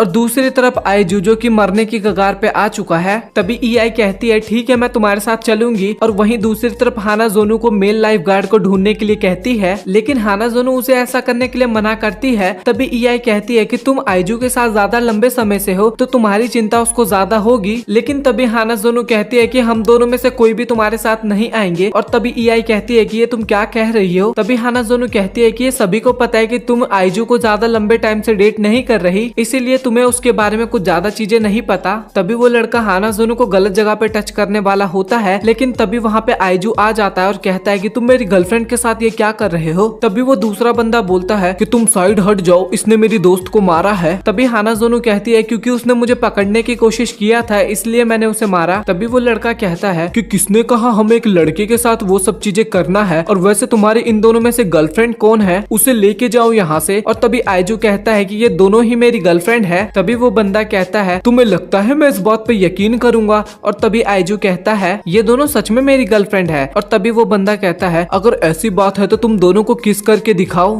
तभी वो मन में सोचता है अब ये फंस गया क्योंकि ये अपनी गर्लफ्रेंड के सामने किसी दूसरी लड़की को किस तो नहीं कर सकता। तभी आइजू कहता है बंद करो ये सब, मैं तुम्हारे सामने किस क्यों करूँ क्योंकि ये कोई शो थोड़ी ना चल रहा है। तभी ईआई आती है और आइजू को पकड़ के उसे किस कर लेती है और दूसरी तरफ हानाज़ोनो भी यही करती है। तभी ईआई कहती है कि अच्छा अब तो तसल्ली हो गई ना। और दूसरी तरफ हानाज़ोनो भी बोलती है कि हम दोनों ही इसके गर्लफ्रेंड है। तभी वो बंदे सोचते हैं कि मुझे नहीं पता था कि आजकल के बच्चे कुछ ऐसे हैं, और ये हरकतें देख के वो सब वहाँ से भाग जाते हैं। तभी हानाज़ोनो आइजू को कहती है कि तुम उठे कैसे और हम दोनों को ढूंढे कैसे। तभी हमें इंदा दिखाई देती है और उसके बाद हमें पास्ट का सीन दिखाया जाता है जहाँ पे इंदा ने देखा था कि हानाज़ोनो और ईआई को कुछ लड़के परेशान कर रहे थे। तभी इंदा आइजू को ढूंढने लगती है और वो देखती है कि आइजू एक जगह पे बेहोश पड़ा हुआ था, और तभी वो वहाँ पे रोने लगती है और कहती है कि तुम यहाँ पे ऐसे पड़े हुए हो और हानाज़ोनो और ईआई वहाँ पे मुसीबत में है। और ये सुनते ही आइजू वहाँ पे खड़ा हो जाता है और भागते हुए उन दोनों के पास जाता है। तभी प्रेजेंट में आइजू कहता है तो ये हुआ था। तभी आइजू ईआई को कहता है कि हानाज़ोनो को बचाने के लिए तुम्हारा थैंक्स, बट अपने आप को भी ऐसे रिस्क में मत डाला करो क्योंकि अगर तुम्हें कुछ हो जाता तो। और तभी ईआई हानाज़ोनो की बात को याद करती है कि तुम अभी आइजू को ज्यादा नहीं जानती। तभी इंदा पूछती है कि सुजुका कहाँ गई, और तभी हानाज़ोनो बताती है जब से हम पुल से बाहर निकले हैं हमने उसे नहीं देखा। ये सुन के आइजू काफी ज्यादा घबरा जाता है और कहता है क्या वो अभी भी वहीं पर है और उसे तो तैरना भी नहीं आता, और भागते हुए उसको ढूंढने के लिए जाता है। और दूसरी तरफ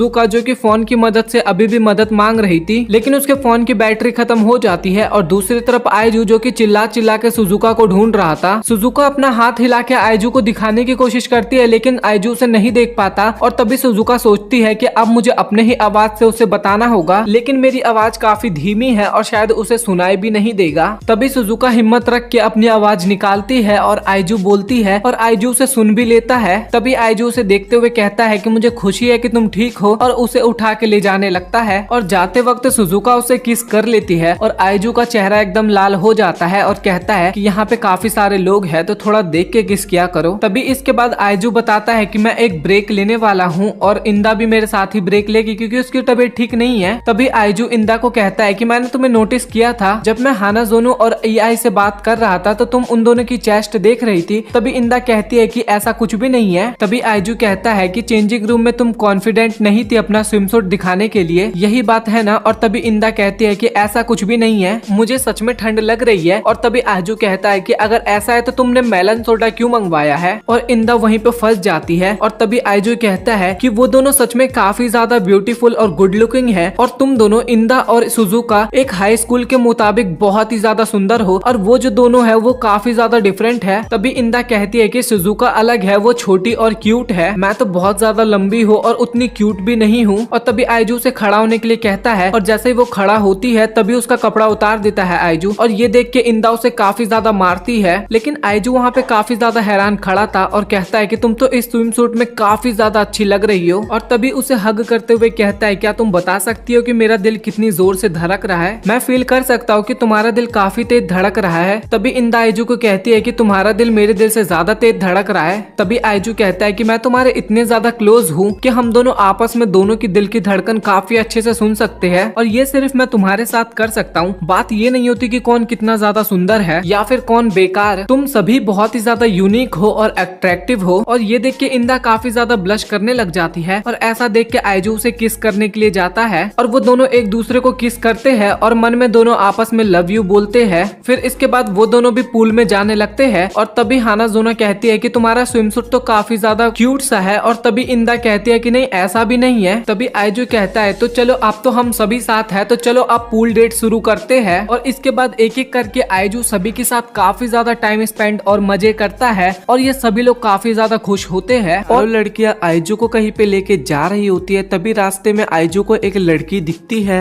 और जैसे ही दोनों का आई कांटेक्ट होता है, फिर से वो सोलमेट वाला करंट उनके बीच में दौड़ता है। और इसके बाद वो लोग आगे निकल जाते हैं, और अगले दिन केमिस्ट्री लैब के पास आइजू फिर से आता है और कहता है कि वो मेरी सोलमेट थी। और जैसे ही वो अंदर चेक करता है, वहाँ पे एक दूसरी लड़की होती है, और वो लड़की आइजू से उसका नाम पूछती है। तभी आइजू से अपना नाम बताता है, और तभी लड़की अपना नाम बताती है, याकुजन कुसेरी। और तभी वो आइजू को एक ड्रग ऑफर करती है, लेकिन आइजू उसे मना कर देता है, लेकिन वो फिर भी उसे पकड़ा देती है। और तभी आइजू कहता है कि मैं यहाँ पे क्लब ज्वाइन करने नहीं आया हूँ, मैं यहाँ पे किसी को ढूंढ रहा हूँ। तभी याकुजन कहती है कि यहाँ पे ताका झाकी मत करो, और तभी आइजू उसकी ड्रिंक पीने लगता है। तभी याकुजन आइजू को एक नई चीज दिखाती है, और ये चीज उसी ने क्रिएट की थी। तो मैग्नेट किसी भी मेटल के पास लेके जाए तो वो मेटल उसमें चिपक जाता है, और उसी तरीके से इस ड्रग को पीने से तुम्हारी बॉडी मेटल की तरह बन जाएगी। तभी वो बोलती है कि चलो तो इसे एक बार पी के ट्राई करो, और आइजू हिचकिचाते हुए कहता है कि मैं इसे पी के ट्राई करूँ। तभी याकुजन कहती है कि अगर जब तक पियोगे नहीं तब तक पता कैसे चलेगा, और आइजू को ड्रिंक पिला देती है। और इसके बाद आइजू बोलता है कि मेरी बॉडी तो सच में मैग्नेट की बन चुकी है, और तभी बताती है कि इसे पीने के बाद तुम्हें 3 दिन तक कॉन्स्टिपेशन झेलना पड़ेगा, तो इसके लिए तैयार रहना। और तभी आइजू कहता है कि तुमने मुझे ये क्या पिला दिया। और तभी कुसूरी कहती है कि अगर मैं ये अपोजिट वाला ड्रिंक पी लूं तो अपोजिट अट्रैक्ट होगा। और तभी आइजू कहता है कि ये एंजल है कौन। कुसूरी कहती है कि ये तो काफी ज्यादा स्ट्रॉन्ग है और मैं तुमसे अलग नहीं हो पा रही, बट कोई बात नहीं क्योंकि इसका इफेक्ट 10 मिनट बाद खत्म हो जाएगा। तभी कुसूरी कहती है कि रुको, मुझे बहुत तेज टॉयलेट आ रहा है। और तभी आइजू कहता है कि क्या तुम मुझसे चिपक के ही कर दोगी। तभी वो कहती है कि नहीं, कोई प्रॉब्लम नहीं है क्योंकि मैं डायपर पहनती हूँ। और इसके बाद वो बोलती है कि अब मैं रुक नहीं सकती, और आइजू काफी तेज चिल्लाता है। तभी कुसूरी कहती है कि 10 मिनट हो गए, तो देखा ना आइजू केमिस्ट्री कितनी बढ़िया चीज है। कुसूरी बताती है कि मुझे ड्रिंक्स बनाना बहुत ही ज्यादा पसंद है। और तभी आइजू मन में सोचता है कि इसे सच में ये काम बहुत पसंद है, लेकिन तभी वो सोचता है वेट, मैं तो यहाँ पे अपनी सोलमेट ढूंढने आया हूँ, फिर भी मुझे इसको देख के इतनी एक्साइटमेंट क्यों हो रही है। और तभी कुसूरी कहती है क्या तुम मेरी क्यूटनेस पे मर रहे हो ना। और तभी कुसूरी कहती है कि जो ड्रिंक तुमने पी थी वो एक लव पोशन था। और इसके बाद आइजू शॉक्ड हो जाता है और तभी कुसूरी कहती है कि मुझे तुम पसंद आ गए हो और आई लव यू आइजू कहती है और मन में सोचती है कि मैंने इसे लव पोशन पिलाया है तो ये मुझे मना नहीं कर पाएगा। और जैसे ही आइजू की तरफ देखती है तो वो उल्टी कर रहा होता है। तभी कुसेरी चिल्लाते हुए कहती है कि तुम्हें एक लड़की ने प्रपोज किया है और तुम ये कर रहे हो। तभी आइजू कहता है ये देखो बोल भी कौन रहा है जिसने हक करते हुए टॉयलेट कर दिया। और वो कहता है कि मैं लव पोशन को निकालने की कोशिश कर रहा हूँ। तभी कुसेरी कहती है कि मुझे लगता है कि ये मुझे पसंद नहीं करता और रोने लग जाती है। और तभी आइजू कहता है कि मैं तुम्हें पसंद करूँ वो भी किसी ड्रग के कारण तो ये फीलिंग्स नहीं होती। और इसके बाद आइजू को कुछ होने लगता है और तभी कुसूरी सोचती है कि कहीं मैंने ये ड्रग ज्यादा स्ट्रॉन्ग तो नहीं बना दिया। और इसके बाद कुसूरी एक दूसरा ड्रिंक ला के देती है और कहती है कि तुम ये ड्रिंक पी लो, इससे लव पोशन का असर खत्म हो जाएगा। लेकिन आइजू वो ड्रिंक पीने के हालत में तो बिल्कुल भी नहीं था। तो कुसूरी कहती है कि अब कोई रास्ता नहीं है और इसके बाद वो खुद ड्रिंक पी लेती है और आइजू को किस करते हुए उसके मुंह में डाल देती है ड्रिंक। और इसके बाद आइजू ठीक हो जाता है। और तभी कुसूरी कहती है कि ड्रग का असर तो अब खत्म हो गया है। तभी आइजू कहता है लेकिन फिर भी तुम मुझे काफी ज्यादा क्यूट लग रही हो और दोनों आपस में काफी ज्यादा ब्लश करने लगते हैं। तभी कुसूरी आइजू के सामने झुक के आई लव यू बोलती है और कहती है कि तुम जो बोलोगे मैं वो करूंगी, बस मुझे अपनी गर्लफ्रेंड बना लो। तभी आइजू कहता है कि प्लीज अपना सर ऊपर करो। और तभी इसकी बॉडी बड़ी होने लगती है और ये कोई और नहीं वही लड़की थी जिसके साथ कल सोलमेट वाला करंट दौड़ा था आइजू के सामने। और ये देख के आइजू काफी हैरान हो जाता है। और तभी कुसूरी बताती है कि जब मैंने तुम्हें न्यूट्रीलाइजर पिलाया तो शायद मैंने भी पी लिया होगा। वैसे मैं असलियत में ऐसी दिखती हूँ बट एक ड्रग की वजह से मैं छोटी हो जाती हूँ। और वैसे मैं 3rd ईयर की स्टूडेंट हूँ और केमिस्ट्री लैब की प्रेसिडेंट भी। और तभी आइजू मन में सोचता है ये तो सीनियर है और काफी ज्यादा एक्साइटमेंट भरा। और तभी आइजू भी नीचे झुकते हुए कहता है कि मैं तुम्हें अपनी गर्लफ्रेंड बनाने के लिए तैयार हूँ। इसके बाद आइजू फिर से उन चारों के सामने कुसूरी की कहानी बताता है और पूछता है क्या मैं इसे अपनी गर्लफ्रेंड बना लूं। इंदा कहती है कि अपने बारे में कुछ और बताओ। और तभी कुसूरी बताती है कि मुझे ड्रग्स बहुत ज्यादा पसंद है। और तभी इंदा पूछती है क्या ये ठीक तो है ना। तभी आइजू बताता है कि ये ऐसी केवल ड्रग्स पीने की वजह से हुई है, वैसे तो ये एक 3rd ईयर की स्टूडेंट है। तभी कुसूरी बताती है कि मैं तुम सबके लिए भी ड्रग्स लेके आई हूँ, इंदा के लिए ब्रेस्ट बढ़ाने का ड्रग। तभी इंदा गुस्से में कहती है तुम कहना क्या चाहती हो। तभी कुसूरी कहती है तो तुम्हें नहीं चाहिए तो ट्विस्टिफाई मेडिसिन कैसा होगा। तभी इंदा गुस्से में कहती है तुम चाहती क्या हो। और वो 1-2 पोशन और दिखाती है और इसके बाद इंदा काफी ज्यादा गुस्सा हो जाती है और कहती है कि तुम्हें मेरे बारे में इतना कुछ पता कैसे चला। तभी कुसूरी कहती है कि आइजू से। और इसके बाद इंदा आइजू को मारने लगती है। और तभी कुसूरी कहती है कि रुक जाओ, आइजू ने मुझे तुम्हारे बारे में बताया था कि वो काफी ज्यादा सुंदर है और भोली और क्यूट है। इसके बाद इंदा आइजू से माफी मांगने लगती है और गले मिलती है। फिर इसके बाद कुसूरी हानाजोनो को देती है हॉट स्टफ मेडिसिन और इससे वो और भी ज्यादा हॉट बन जाएगी। और मन में सोचती है कि इससे मैं आइजू को और भी ज्यादा दीवाना बनाऊंगी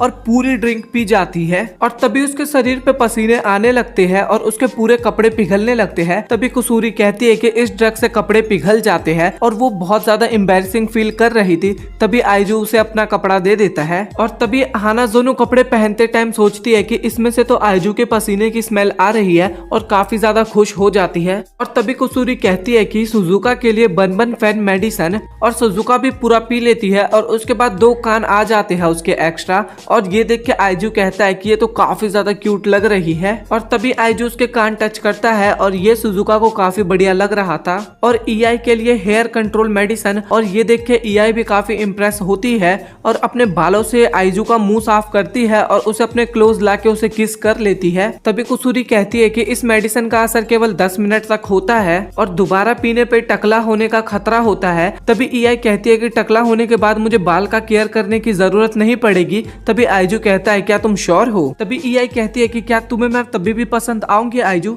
और तभी आइजू कहता है कि हाँ क्यों नहीं, जब तुम मोटी हो जाओ या फिर टकली हो जाओ मुझे तुम हर वक्त पसंद आओगी। तभी कुसूरी बताती है कि उसका सपना है कि वो रिसर्जन ज्वाइन करे और बहुत सारे ड्रग्स बनाए। तभी कुसूरी को अचानक से बहुत तेज टॉयलेट आता है और वो टॉयलेट के लिए जाती है। और तभी हानाजोनो कहती है कि मैं सबके लिए चाय निकाल देती हूँ। तभी कुसूरी बताती है कि आइजू के लिए अलग है और बाकी सभी लोगों के लिए अलग है, ध्यान रखना इसका। तभी आइजू कहता है कि इसका मतलब क्या है। तभी कुसूरी कहती है कि लड़कों का अलग और लड़कियों का अलग है और ये कहते ही निकल जाती है वहाँ से। और तभी कुसूरी वापस आती है और जैसे ही चाय पे उसका ध्यान जाता है तो वो हैरान होते हुए कहती है कि ये वाली तो आइजू के लिए थी, तो जल्दी से सभी अपने मुंह में से चाय को बाहर निकाल दो। तभी आइजू कहता है कि ये तो केवल डिफरेंट फ्लेवर वाली चाय है, तो इसमें क्या हो गया। तभी कुसूरी कहती है कि ऐसा नहीं है, ये चाय जो भी पिएगा वो केवल किस ही करते रह जाएगा, जो कि तुम्हें देनी थी ताकि तुम मुझे किस कर सको, और मैं तुम्हें सच में किस करना चाहती थी। तभी आइजू कहता है कि तुम्हें मुझे किस करने के लिए कोई मेडिसिन देने की जरूरत नहीं है। और ये सुनते ही कुसूरी आइजू से चिपक जाती है और किस करने वाली होती है। और तभी पीछे से इंदा आती है और वो कुसूरी को उठा के फेंक देती है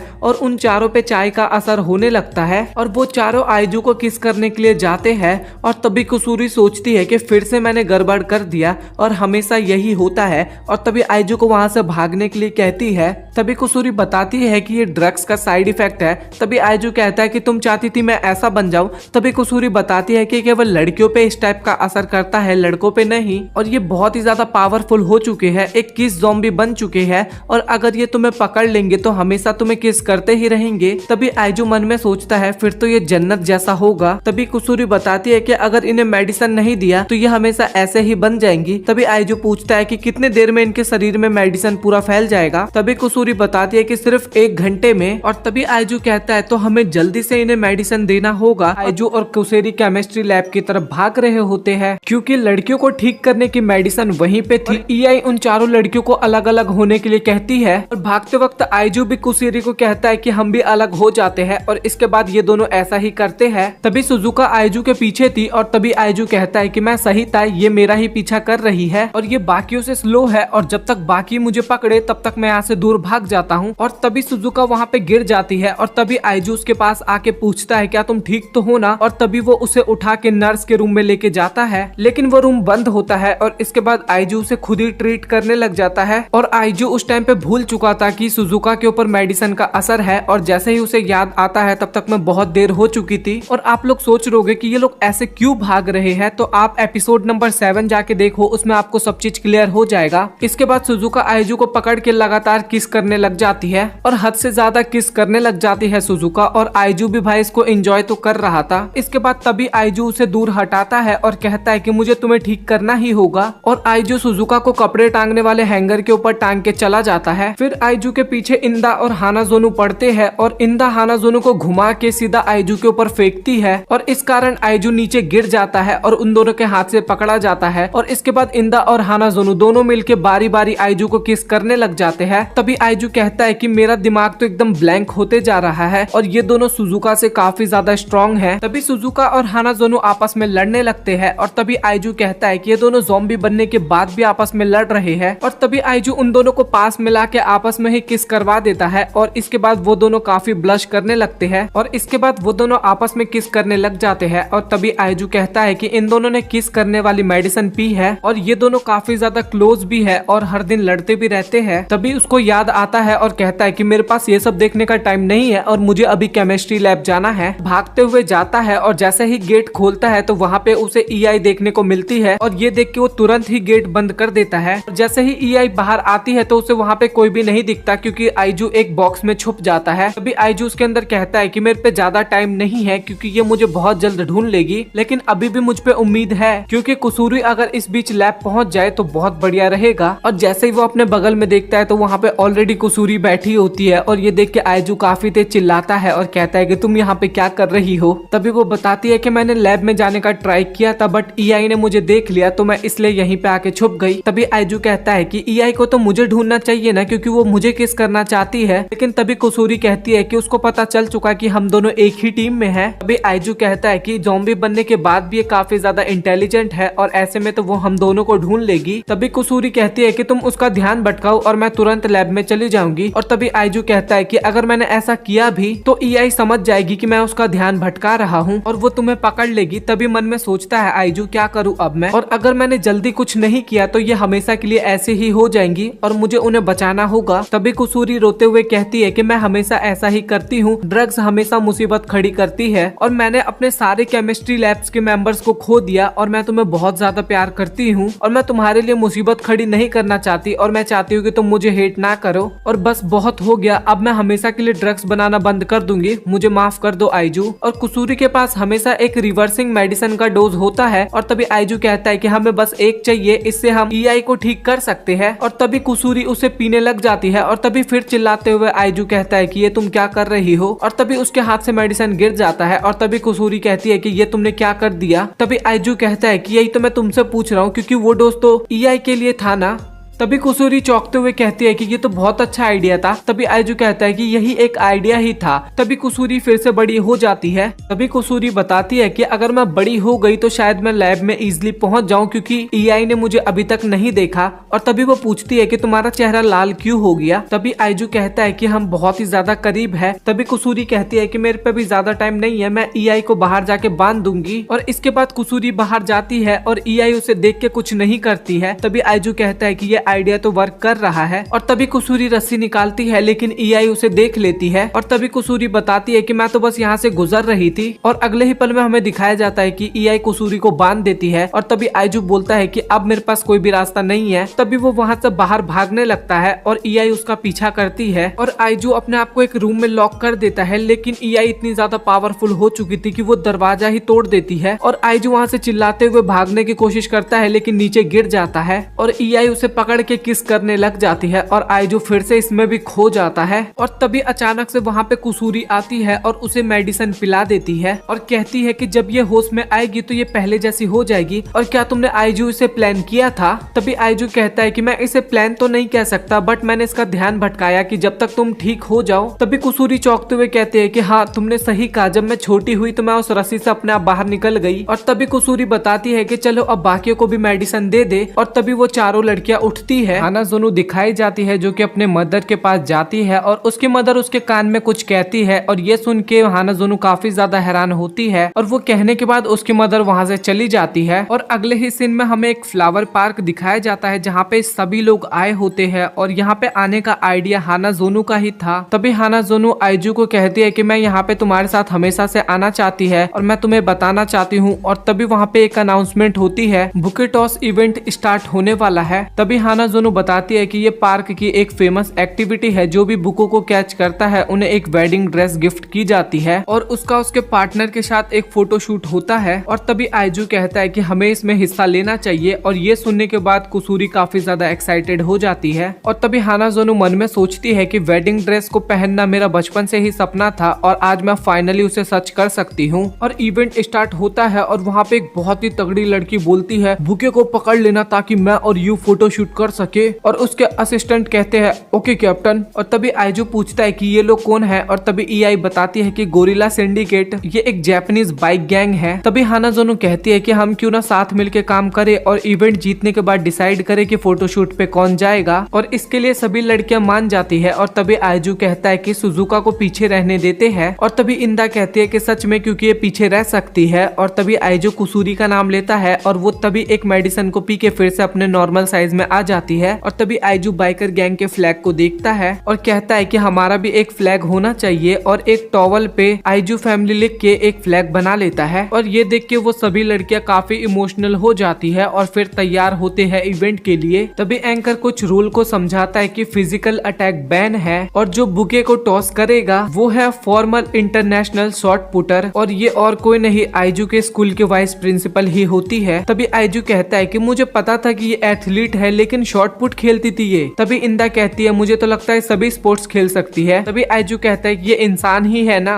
तभी टीचर बुके फेंकती है और वो काफी दूर फेंकता है और सभी लोग उसके पीछे चले जाते हैं। तभी वो बाइक वाली लड़की सभी को मारने लगती है और कहती है ये कोई फिजिकल अटैक नहीं है, हम तो बस ट्रेनिंग कर रहे हैं। और ये बाकी लोगों को उठा उठा के फेंकने लगती है और एक बंदा तो हानाज़ोनो के ऊपर आने वाला था, लेकिन इंदा उसे आके बचा लेती है। तभी वो कहती है कि अगर रूल तुम इस तरीके से बदलोगी तो मैं भी तुम्हारा ग्रुप को ज्वाइन करने वाली हूँ और मैं भी ये ट्रेनिंग करने को तैयार हूँ। तभी वो लड़की पूछती है कि तुम में इतनी ताकत कैसे है। और तभी इंदा कहती है कि मैं इस गोरिल्ला को रोकती हूँ, तुम बस जाके बुके को पकड़ो। और जैसे ही बुके गिरने वाली होती है बाकी के मेंबर्स तूफान ले आते हैं और बुके फिर से ऊपर चली जाती है। और आइजू उसको पकड़ने के लिए उसके पीछे जाता है और तभी उसे हवा में कुछ दिखाई देता है और ये और कोई नहीं सुजुका होती है। और ये आइजू के टॉवल की मदद से हवा में उड़ रही थी। और जो तूफान उस गैंग के मेंबर्स ने किया था उस कारण सुजुका भी उड़ जाती है हवा में और सुजुका हवा में ही उस बुके को पकड़ लेती है और वो तीनों सुजुका को पकड़ने की कोशिश करते हैं, लेकिन उनके ब्रेस्ट पे टकरा के वो उछल जाती है और तभी आइजू उसे कैच कर लेता है। और ये देखने के बाद वो गोरिल्ला लड़की रोने लगती है और तभी इंदा कहती है कि थैंक्स मुझसे फाइट करने के लिए, और वो दोनों हाथ मिलाते हैं और आइजू कहता है कि हम लोग तो जीत गए। और तभी हानाज़ोनो कहती है कि चलो तो डिसाइड करे कि अब आइजू के साथ कौन पिक्चर क्लिक करवाएगा, और स्टिक निकालती है और कहती है कि जिनके स्टिक के पीछे रेड मार्क होगा वो जीत जाएंगे। और मन में कहती है कि विनिंग स्टिक के पीछे एक छोटा सा कट है, बट अगर मैं पहले ले लूं तो इनको डाउट हो जाएगा, तो इसीलिए मैं पहले किसी और को चुनने के लिए कहूंगी। और वो ईआई के बारे में सोचती है क्योंकि ये अपने करीब जो स्टिक होगी उसी को चुनने वाली है, और मुझे माफ कर देना क्योंकि मुझे अपना सपना पूरा करना है। तभी वो ईआई से पूछती है कि क्या तुम स्टार्ट करना चाहोगी, और तभी ईआई कहती है कि मैं उठाऊं, इससे बढ़िया रहेगा कि सभी एक साथ स्टिक उठाए। और ये सुनते ही हानाज़ोनो शॉक्ड हो जाती है और मन में सोचती है कि मैंने तो ये सोचा ही नहीं था। और इसके बाद सभी लोग स्टिक चुनते हैं और बाई लक हानाज़ोनो ही वो गेम जीतती है। और वहाँ पे कोसूरी रोने लगती है, लेकिन आइजू कहता है कि हम नेक्स्ट मंथ फिर से आ जाएंगे। तभी हानाज़ोनो कहती है किसी और को आइजू के साथ पिक्चर लेनी चाहिए, इससे उन दोनों की यादें ज्यादा होंगी। और बोलती है कि कुसूरी तुम आइजू के साथ पिक्चर क्लिक करवा सकती हो अगर तुम्हारा मन है तो। और कुसूरी उसे हक करती है और थैंक यू बोलती है। और तभी वो चुप हो जाती है और बोलती है कि रहने दो, तुम ही जाओ, क्योंकि मैं तुम्हें और आइजू दोनों को ही प्यार करती हूँ, तो तुम दोनों को भी एक साथ पिक्चर लेते हुए देखना काफी मजेदार होगा। तभी हानाज़ोनो कहते हैं कि हम सभी लोग एक साथ क्यों नहीं लेते पिक्चर, और फिर इसके बाद वो सभी लोग एक साथ पिक्चर क्लिक करवाते हैं। तभी हानाज़ोनो कहती है कि थैंक यू आइजू, क्योंकि ये मेरा सपना था, मैं जिससे प्यार करती हूँ उसके साथ मुझे एक पिक्चर क्लिक करवाना था, और तुम्हारे साथ मैं शुरुआत से लेकर अभी तक काफी ज्यादा खुश हूँ। ये ऐसा है जैसे कि कोई मैं फैंटेसी लाइफ जी रही हूँ। तभी आइजू कहता है कि मैं भी सेम ही फील करता हूँ, तो तुम्हारा भी थैंक यू। तभी हानाज़ोनो बोलती है कि मेरी एक और रिक्वेस्ट है। तभी आइजू बोलता है कि बोलो, क्योंकि मैं तुम्हारी सभी रिक्वेस्ट को पूरी करूंगा। तभी हानाज़ोनो बोलती है कि तुम प्लीज मुझसे ब्रेकअप कर लो। और तभी अगले सीन में आइजू सोचता है कि हानाज़ोनो ने मुझसे ऐसा क्यों बोला,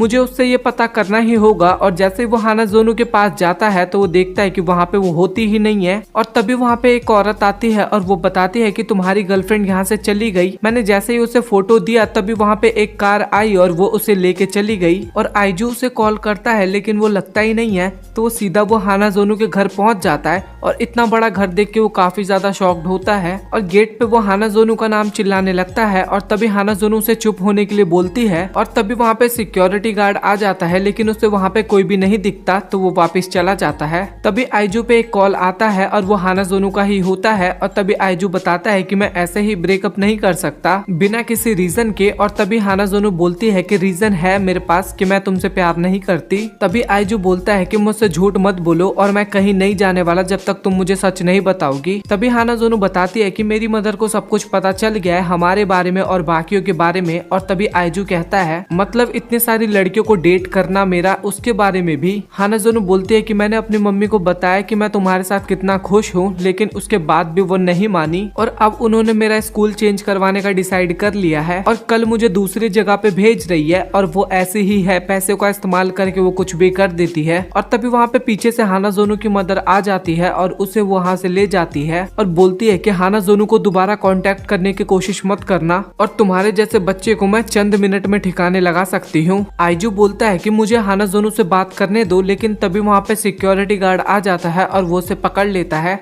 और तभी हानाज़ोनो की मदर बोलती है कि मैंने तुम्हें उससे दूर रहने के लिए बोला था ना, और मैं चाहूँ तो उसे कहीं भी दूर भेज सकती हूँ जहाँ कोई भी उसे कभी भी नहीं देख पाएगा। और ये सुनते ही हानाज़ोनो अपनी माँ से माफी मांगने लग जाती है और कहती है कि मुझे माफ कर दो, मैं आपकी सारी बातें मानूंगी, बट आइजू को आप कुछ मत करना। तभी उसकी मदर बोलती है कि मैं जो भी करती हूँ तुम्हारे भले के लिए करती हूँ और मैं किसी ऐसे पर्सन के साथ तुम्हें नहीं रहने दे सकती। और दूसरी तरफ आइजू जो कि काफी ज्यादा गुस्से में होता है क्योंकि ये हानाज़ोनो के लिए कुछ भी नहीं कर पा रहा था। और इसके बाद वो जाके सभी लड़कियों को सब कुछ बताता है। और तभी कुसूरी पूछती है कि अब तुम क्या करोगे आइजू। तभी आइजू कहता है कि मैं उनके मेंशन जाके हानाज़ोनो को वहाँ से भगा लूंगा। तभी सुजुका बोलती है कि ये इतना ज्यादा भी आसान नहीं होगा और इंदा बोलती है कि वो तुम्हें इजिली ढूंढ लेंगी। तभी आइजू बोलता है कि मैं सब कुछ करूंगा हानाज़ोनो की खुशी के लिए। आज मैं और हानाज़ोनो ये शहर छोड़ के चले जाएंगे लिए और एक दिन मैं जरूर आऊंगा तुम लोगों के लिए वापस, और क्या तुम लोग मेरा वेट करोगी। इंदा बोलती है कि अब पता नहीं कब मैं तुम्हें देखूंगी और क्या पता ना भी देख पाऊं, और हम यहाँ पे बैठ के तुम्हारा इंतजार ही नहीं करते रहेंगे, तो इसलिए मैं भी तुम्हारे साथ चलूंगी और मैं तुम्हारी मदद करूंगी उस बेवकूफ को बचाने में। और बाकी लड़कियां भी कहती है कि हम भी तुम्हारे साथ आएंगे। आइजू मन में सोचता है कि सभी लोग हानाजोनो को मेरी तरह प्यार करते हैं। इसके बाद वो लोग हानाजोनो को बचाने का मिशन शुरू करते हैं। फिर इसके बाद आइजू हानाजोनो को कॉल करता है लेकिन उसका कॉल नहीं लगता। फिर इसके बाद आइजू एक आइडिया सोचता है कि रबड़ बॉल उसकी खिड़की पे फेंक के रस्सी की मदद से उसको नीचे ला के यहाँ से भागने का।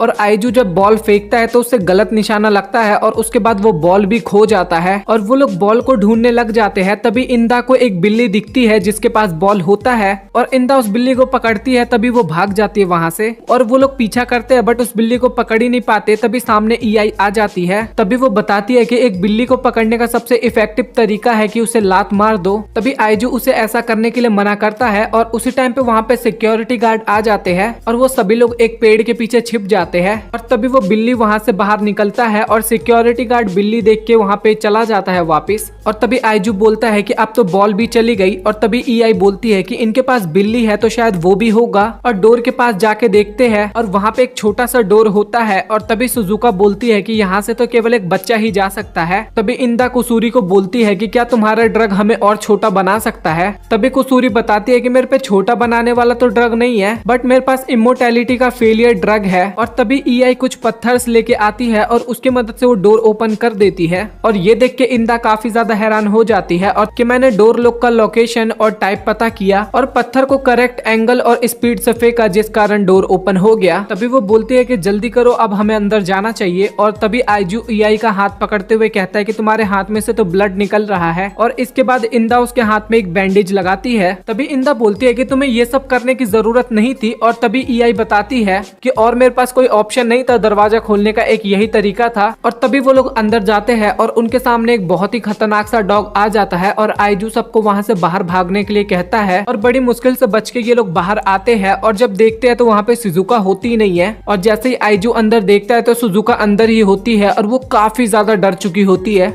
और आइजू चिल्लाने वाला होता है बट ईआई उसके मुंह पे हाथ रख के बोलती है कि तुम सिक्योरिटी अलर्ट कर दोगे। और दूसरी तरफ शिजुका डर के मारे खड़ी भी नहीं हो पा रही थी और वो डर के मारे नीचे लेट जाती है और उसके पास डॉग आ रहा होता है। और भाई शिजुका का शक्ल यहाँ पे काफी ज्यादा फनी लगता है और डॉग उसके पास आने के बाद उसे चाटने लग जाता है। और तभी ईआई बताती है कि मुझे पता था कि ये डॉग शिजुका पे अटैक नहीं करने वाला क्योंकि डॉग की एक खासियत है कि वो अपने से कमजोर की हमेशा रक्षा करता है। तभी इंदा बोलती है कि अगर कोई उनके इलाके में घुसे तब भी। और तभी ईआई बोलती है कि शायद कंफर्म नहीं हूँ बट मैं। तभी आइजू पूछता है कि अब हमें क्या करना चाहिए। और तभी ईआई बताती है कि सुजुका को उस डॉग की आंख पे अटैक करना चाहिए। तभी कुसूरी कहती है कि ये सब तुम मेरे ऊपर छोड़ दो और इस ड्रग की मदद से वो डॉग सो जाएगा। और वो सुजुका की तरफ फेंकती है और कहती है कि इसे इस्तेमाल करो। और सुजुका ये ड्रग डॉग को पिलाने की जगह खुद ही पी जाती है और खुद ही सो जाती है। और ये देख के इंदा काफी ज्यादा गुस्सा होती है और कहती है कि बेवकूफ, तुमने उसे डॉग को पिलाने के लिए क्यों नहीं बोला। और तभी ये डॉग सुजुका के मुंह से टपकता हुआ ड्रग को चाट लेता है और वो भी सो जाता है। और ये लोग फिर आगे बढ़ते हैं और सुजुका को ड्रग देके उठा दिया जाता है। और आगे वहाँ पे फिर से उनके सामने बिल्ली आ जाती है और जैसे वो बिल्ली आगे बढ़ती है तभी वहाँ पे अलार्म बजने लगता है और फिर से वहाँ पे सिक्योरिटी गार्ड आ जाते हैं। और फिर से सिक्योरिटी गार्ड को वहाँ पे कोई नहीं दिखता बिल्ली के अलावा। और सिक्योरिटी गार्ड भी बोलते कि भाई ये बिल्ली कितनी परेशान करेगी हमें। और वो लोग दरवाजे के पीछे छिप रखे थे इसलिए वो लोग फिर से बच जाते हैं। तभी वो कहते हैं कि यहाँ पे इंफ्रारेड सेंसर लगे हुए हैं। तभी ईआई कहती है कि आईआर गॉगल के बिना हमारे फेल होने के 99% चांस है। तभी कुसूरी कहती है कि मैंने इंफ्रारेड आई ड्रॉप लाई है। तभी आइजू उसे अपनी आंखों में डालने लगता है और तभी कुसूरी कहती है कि इसका साइड इफेक्ट ये है कि तुम्हें कुछ भी दिखेगा नहीं इसके बाद सिवाय इंफ्रारेड के।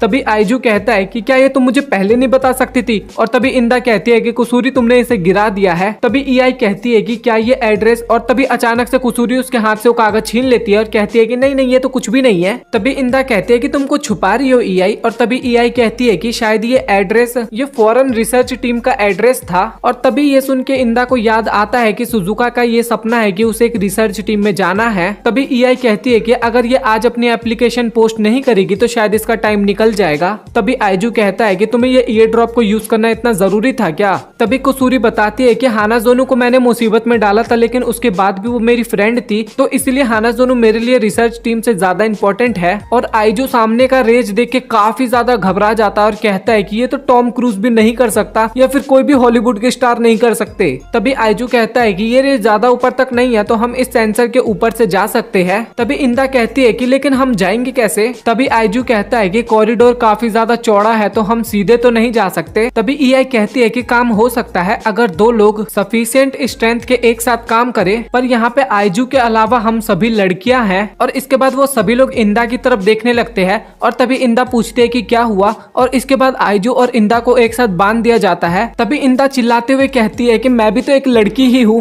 फिर इसके बाद वो दोनों ऊपर जाना स्टार्ट करते हैं। तभी ये लोग सेंसर के ऊपर आ जाते हैं और तभी आइजू पूछता है कि क्या तुम ठीक तो हो ना इंदा, और तभी इंदा हाँ बोलती है। तभी आइजू बोलता है कि लेकिन तुम्हारे कपड़े तो काफी ज्यादा स्मूथ और सिल्की लग रहे हैं। तभी इंदा हिचकिचाते हुए बोलती है कि नहीं, कपड़ा ही ऐसा ही है। तभी आइजू कहता है कि अच्छा ठीक है, लेकिन मुझे तो कुछ और ही लग रहा था। तभी इंदा मन में सोचती है कि आइजू का मुंह मेरे पेट पे है तो प्लीज ज्यादा टाइट मत करो, और मन में बहुत ही जोर से चिल्लाने लगती है और वो नीचे गिरे इससे पहले वो बहुत मुश्किल से क्रॉस कर ही लेते हैं। तभी आइजू बाकी सभी को बोलते हैं हम आगे जा रहे हैं, तुम यहाँ पे तैयार रहना। और अगले सीन में वो दोनों हाना जोनू के गेट के सामने होते हैं और जैसे ही इंदा गेट खोलती है तो सामने हाना जोनू रो रही होती है और तभी अचानक से वहाँ पे अलार्म बजता है। तभी आइजू समझ जाता है कि डोर पे भी अलार्म लगाया गया था और तभी हाना जोनू बोलती है कि तुम यहाँ पे क्या कर रहे हो। तभी आइजू बोलता है कि हम तुम्हें यहाँ से ले जाने आए हैं, जल्दी चलो। और तभी वहाँ पे काफी ज्यादा सिक्योरिटी गार्ड आ जाते हैं और तभी हाना जोनू की मदर वहाँ पे आ जाती है और कहती है कि तुम दोनों यहाँ पे क्या कर रहे हो, और वो तीनों बाहर वेट कर रहे होते हैं। तभी वहाँ पे सिक्योरिटी गार्ड आ जाते हैं और ईआई वहाँ पे बिल्ली की आवाज निकालने लगती है और बाय लक वो लोग बच भी जाते हैं। और वहाँ पे हाना जोनू काफी ज्यादा रोती है कि उसके कारण आइजू इतनी ज्यादा प्रॉब्लम में आ गया। तभी हाना जोनू की मदर बोलती है कि हम पहली बार आइजू फेस टू फेस मिल रहे हैं। तभी वो बताती है कि मैं हाना जोनू की मदर हूँ, हाहारे मैं तुम्हें इस बार छोड़ रही हूँ, बट अगर तुमने दोबारा कुछ किया तो तुम्हें पकड़ लिया जाएगा। और तभी मन में सोचती है मैं इनको पहले ही ठिकाने लगा देती अगर इससे हाना जोनू को दुख नहीं होता तो। और तभी आइजू से पूछती है कि तुम्हारी आंखें इस तरीके की क्यों है, क्या ये कोई स्पेशल एबिलिटी है। और तभी आइजू बोलता है कि ऐसा कुछ नहीं है। तभी वो बोलता है कि क्या आप मुझे और हाना जोनू को अपना आशीर्वाद दोगी, मैं उसे बहुत ही ज्यादा खुश रखूंगा। तभी हाना जोनू की मदर बोलती है कि तुम्हें क्या लगता है तुम मेरा इरादा बदल दोगे ऐसे झूठे वादे करके। और मैं 13 साल की थी और अपने मिडिल स्कूल के 2nd ईयर में मैंने हाना जोनू को जन्म दिया था, मैंने ऐसा क्यों किया होगा। तभी आइजू कहता है कि शायद आपको बच्चों से प्यार होगा।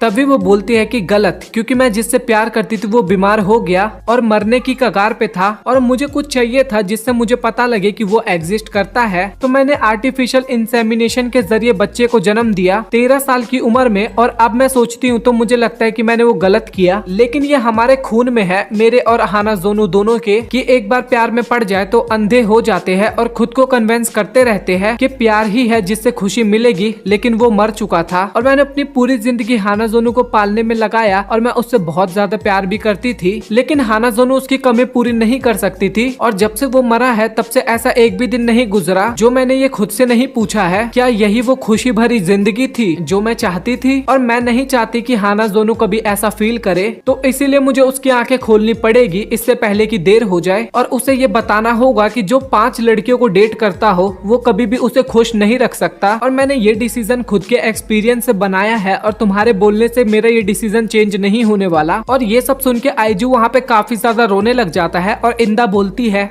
कि तुम रो क्यों रहे हो, तुम्हें तो इन्हें कन्विंस करना चाहिए। तभी आइजू कहता है लेकिन इन दोनों ने काफी कुछ झेला है और मैं भी नहीं चाहता कि हाना जोनू को इतना दुख हो, चाहे मेरी जान ही क्यों ना चली जाए। लेकिन रुको, मुझे अब थोड़ा थोड़ा दिखने लगा, शायद आंसुओं की वजह से मेरा आई ड्रॉप निकल गया। और जैसे ही आइजू को दिखने लगता है तभी इन दोनों का आई कॉन्टेक्ट होता है और भाई यहाँ पे लिटरली सोलमेट वाला करंट चमक जाता है। भाई जब मैंने पिछला एपिसोड देखा था मुझे तभी फील हुआ था कि कुछ ना कुछ गड़बड़ होने वाला है, और लिटरली इस एपिसोड में जो मैंने सोचा था वही हुआ। हाहारे ने जो इमोशन 13 साल पहले फील किया था अचानक से उसे वही इमोशन का एहसास हुआ, और तभी अचानक से वो बोलती है कि आइजू प्लीज मुझे भी डेट कर लो। सुन के इंदा काफी ज्यादा हैरान होती है और इंदा अपने मन में सोचती है आखिरकार ये औरत सोच क्या रही है अपनी बेटी के बॉयफ्रेंड के साथ ही, और ये तो एकदम इम्पॉसिबल चीज है। और आइजू भी इसके बारे में सोच रहा होता है अपने मन में। तभी इंदा आइजू पे गुस्सा करते हुए कहती है कि तुम सोच क्या रही हो, वो लड़की तुम्हारी गर्लफ्रेंड की मदर है। और तभी हाना जोनू की मदर को भी होश आता आता है और वो बोलने लग जाते हैं कि ये मेरे को क्या हो गया था और मैं क्या बोल रही हूँ और तुम लोग गलत सोच रहे हो और मैंने तो बस एक जोक किया था। तो चलो अपने टॉपिक पे आते हैं अब। तभी हानाजोनो की मदर बोलती है कि मैं अपनी बेटी के साथ तुम्हारे रिलेशनशिप को एक्सेप्ट नहीं करूंगी। तभी आइजू कहता है कि मैं भी कभी गिव अप नहीं करने वाला और मैं उसे हमेशा खुश रखूंगा। और तभी हानाजोनो की मदर बोलती है कि तुम ऐसे नहीं मानोगे। और तभी हानाजोनो की मदर चुटकी बजाती है और वहाँ पे एक चेयर आ जाता है और तभी उसकी मदर बताती है कि ये एक ऑटोमेटिक लाइफ डिटेक्टर मशीन है और इस पे बैठने पे छोटे से छोटा झूठ भी पकड़े जा सकते हैं और मैं तुम्हारा यहाँ पे टेस्ट लेने वाली हूँ, क्या तुम सच में हानाजोनो को प्यार करते भी हो या फिर नहीं। तभी आइजू बोलता है कि मेरा प्यार हानाजोनो को लेके एकदम सच्चा है, तो मैं तुम्हारे सभी टेस्ट को कंप्लीट करने के लिए रेडी हूँ। और इसके बाद हानाजोनो की मदर आइजू से जितने भी सवाल हानाजोनो से रिलेटेड पूछती है, आइजू उन सभी का आंसर एकदम करेक्ट देता है और वो चेयर बार बार ट्रू बोला जा रहा था और ये सुन के हानाजोनो की मदर को तो यकीन ही नहीं हो रहा था। और तभी उसकी मदर बोलती है कि मुझे तो यकीन ही नहीं हो रहा कि तुम्हारे अंदर जो फीलिंग्स है हानाजोनो को लेके वो एकदम असली है। तभी हानाजोनो की मदर बोलती है कि ये चीज छोड़ो, ये तो एक मशीन है बस। और ये सुन के इंदा काफी ज्यादा गुस्सा हो जाती है और बोलती है कि आखिरकार तुम कहना क्या चाहती हो, इतना कुछ करवाने के बाद फिर तुम इस मशीन को गलत बता रही हो। और तभी वहाँ पे भागते हुए एक मेड आती है और वो घबराते हुए बताती है कि मैडम हकारी खिड़की पे से जंप करने वाली है। और तभी वहाँ पे ये सुन के सभी लोग काफी ज्यादा शॉक्ड हो जाते हैं। और तभी इंदा हानाजोनो की मदर का गर्दन पकड़ लेती है और कहती है कि कोई भी यहाँ से नहीं हिलेगा और अगर कोई भी हिला तो मैं इसकी गर्दन तोड़ दूंगी। और बोलती है कि आइजू तुम जल्दी जाओ और हानाजोनो को बचाओ। और तभी आइजू बोलता है कि तुम यहाँ पे क्या करोगी। तभी वो बोलती है कि मुझे तुम पे भरोसा है, तुम मुझे बचाने जरूर आओगे। और तभी आइजू वहाँ से भागते हुए हानाजोनो के पास जाता है और इंदा हानाजोनो की मदर को अभी भी पकड़े हुई थी। और इस बात पे हानाजोनो की मदर बहुत ही ज्यादा गुस्सा हो जाती है और कहती है कि मैं भी वहाँ पे जाऊंगी और तुमने एक माँ का प्यार नहीं देखा अभी तक। और इंदा भी गुस्से में बोलती है कि तुमने भी अभी तक दोस्त का प्यार नहीं देखा है। और उन दोनों के बीच में एक फाइट आर्ग्यूमेंट सा शुरू हो जाता है। और दूसरी तरफ हमें हानाजोनो दिखाई जाती है जो कि खिड़की के पास खड़ी थी और गार्ड्स पीछे से रोकने की कोशिश करते हैं उसे। और दूसरी तरफ ईआई सुजुका और भी हानाजोनो को वहाँ से जंप करने के लिए मना करते हैं। और तभी आइजू उसके पास आता है और कहता है कि हानाजोनो अब सब कुछ ठीक हो गया है। और हानाजोनो आइजू को देख के काफी ज्यादा रिलीफ फील करती है वहाँ पे और बताता है कि इंदा ने तुम्हारी मॉम को पकड़ा हुआ है और हम दोनों को भागने से यहाँ पे कोई भी नहीं रोक सकता। तभी हानाजोनो बोलती है कि अगर हम लोग यहाँ से भाग भी गए उसके बाद भी मेरी मदर हमें ठीक से नहीं रहने देगी और हम लोगों को हमेशा भागते रहना होगा और मेरी वजह से तुम्हारी लाइफ भी खराब हो जाएगी। और तभी आइजू इमोशनल होते हुए कहता है कि मेरी लाइफ खराब हो जाए वो मेरे को मंजूर है, बट मैं तुम्हारे बिना नहीं रह सकता और मैं तुमसे प्यार करता हूँ अभी भी और हमेशा के लिए भी और मेरे साथ हमेशा रहो। और इस बात पे हानाजोनो भी काफी रोने लगती है और कहती है कि मैं भी तुमसे काफी प्यार करती हूँ। और तभी आइजू बोलता है तो आओ फिर मेरे पास आओ। और जैसे ही हानाजोनो नीचे देखती है तो उसका सर घूम जाता है और पैर कपकपाने लगता है और उसका पैर तभी फिसल जाता है और वो नीचे गिरने लगती है। तभी आइजू बड़ी तेज भागता है और हानाजोनो के हाथ को किसी भी तरीके से पकड़ लेता है, लेकिन आइजू का ग्रिप ज्यादा अच्छे से नहीं बना था तो वो दोनों किसी भी टाइम पे वहाँ पे गिर सकते थे। और तभी वहाँ पे इंदा और हानाजोनो की मदर आ जाती है और वो दोनों आइजू और हानाजोनो की पोजीशन देख के काफी ज्यादा घबरा जाते हैं और वो दोनों भी भाग के आइजू को पकड़ने के लिए जाते हैं, लेकिन तभी आइजू का पैर भी फिसल जाता है और तभी आइजू भी नीचे गिरने लगता है। और तभी आइजू हानाजोनो को कस के पकड़ लेता है और कहता है कि मैं हानाजोनो को कुछ भी नहीं होने दूंगा। और वो गिरने का थोड़ा डायरेक्शन चेंज कर देता है और वो इस कारण सीधा स्विमिंग पूल में जाके गिरता है और पानी में गिरने के कारण उन दोनों को ज्यादा चोट भी नहीं लगता। और दूसरी तरफ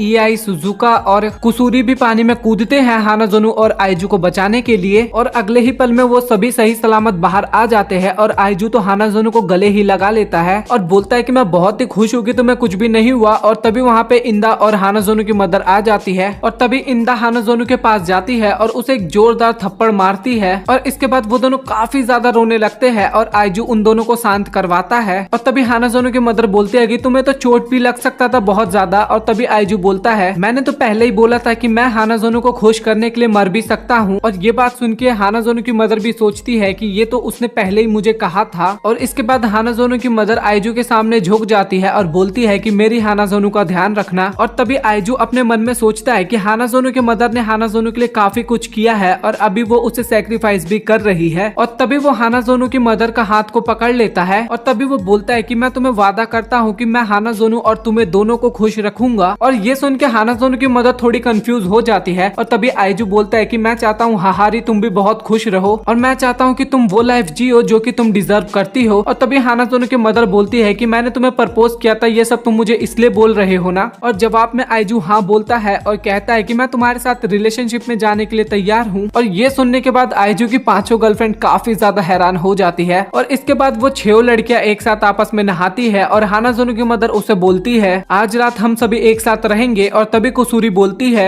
ये बाथटब तो बहुत ही ज्यादा बड़ा है। और तभी कुसूरी एक मेडिसिन पी लेती है और वो अपने असली फिगर में वापस आ जाती है। और इतने अच्छे अच्छे फिगर को देख के इंदा थोड़ी सी जेलस होती है और वो वहां से चुपचाप कल्टी खा लेती है। हानाजोनो की मदर पानी पीने के लिए जाती है और तभी आइजू बोलता है कि मैं भी तुम्हारे साथ चलता हूँ। और वो दोनों किचन की तरफ जाने लगते हैं जहाँ पे आइजू और हाहारी दोनों एक साथ जाते हैं। और आइजू मन में सोचता है कि हाहारे तो बचपन से लेके अब तक केवल हानाजोनो को ही संभालने में अपनी जिंदगी बिताई है। तभी वो बोलता है कि हाहारी अब हम दोनों एक साथ मिलकर हमेशा खुश रहेंगे। और ये सुनते ही हाहारी काफी ज्यादा ब्लश करने लगती है और कहती है कि मुझे माफ कर देना बट मैं अब अपने आप पे कंट्रोल नहीं कर पा रही और प्लीज मेरे साथ मेरे रूम में चलो। बाकी पांचों गर्लफ्रेंड दिखाई जाती है जो कि कार्ड्स का गेम खेल रही थी, जिसपे इंदा बोलती है कि उन्हें इतना टाइम कैसे लग रहा है, वो तो केवल पानी लेने गए थे। और ये सब सुनने के बाद हानाजोनो थोड़ी परेशान होती है और मन में सोचती है कि क्या मेरी मदर और आइजू कुछ गलत काम तो नहीं कर रहे ना। तभी इंदा बोलती है कि तुम टेंशन ना लो, मैं तुम्हारी मदर को जानती हूँ, वो कुछ ऐसा नहीं करने वाली।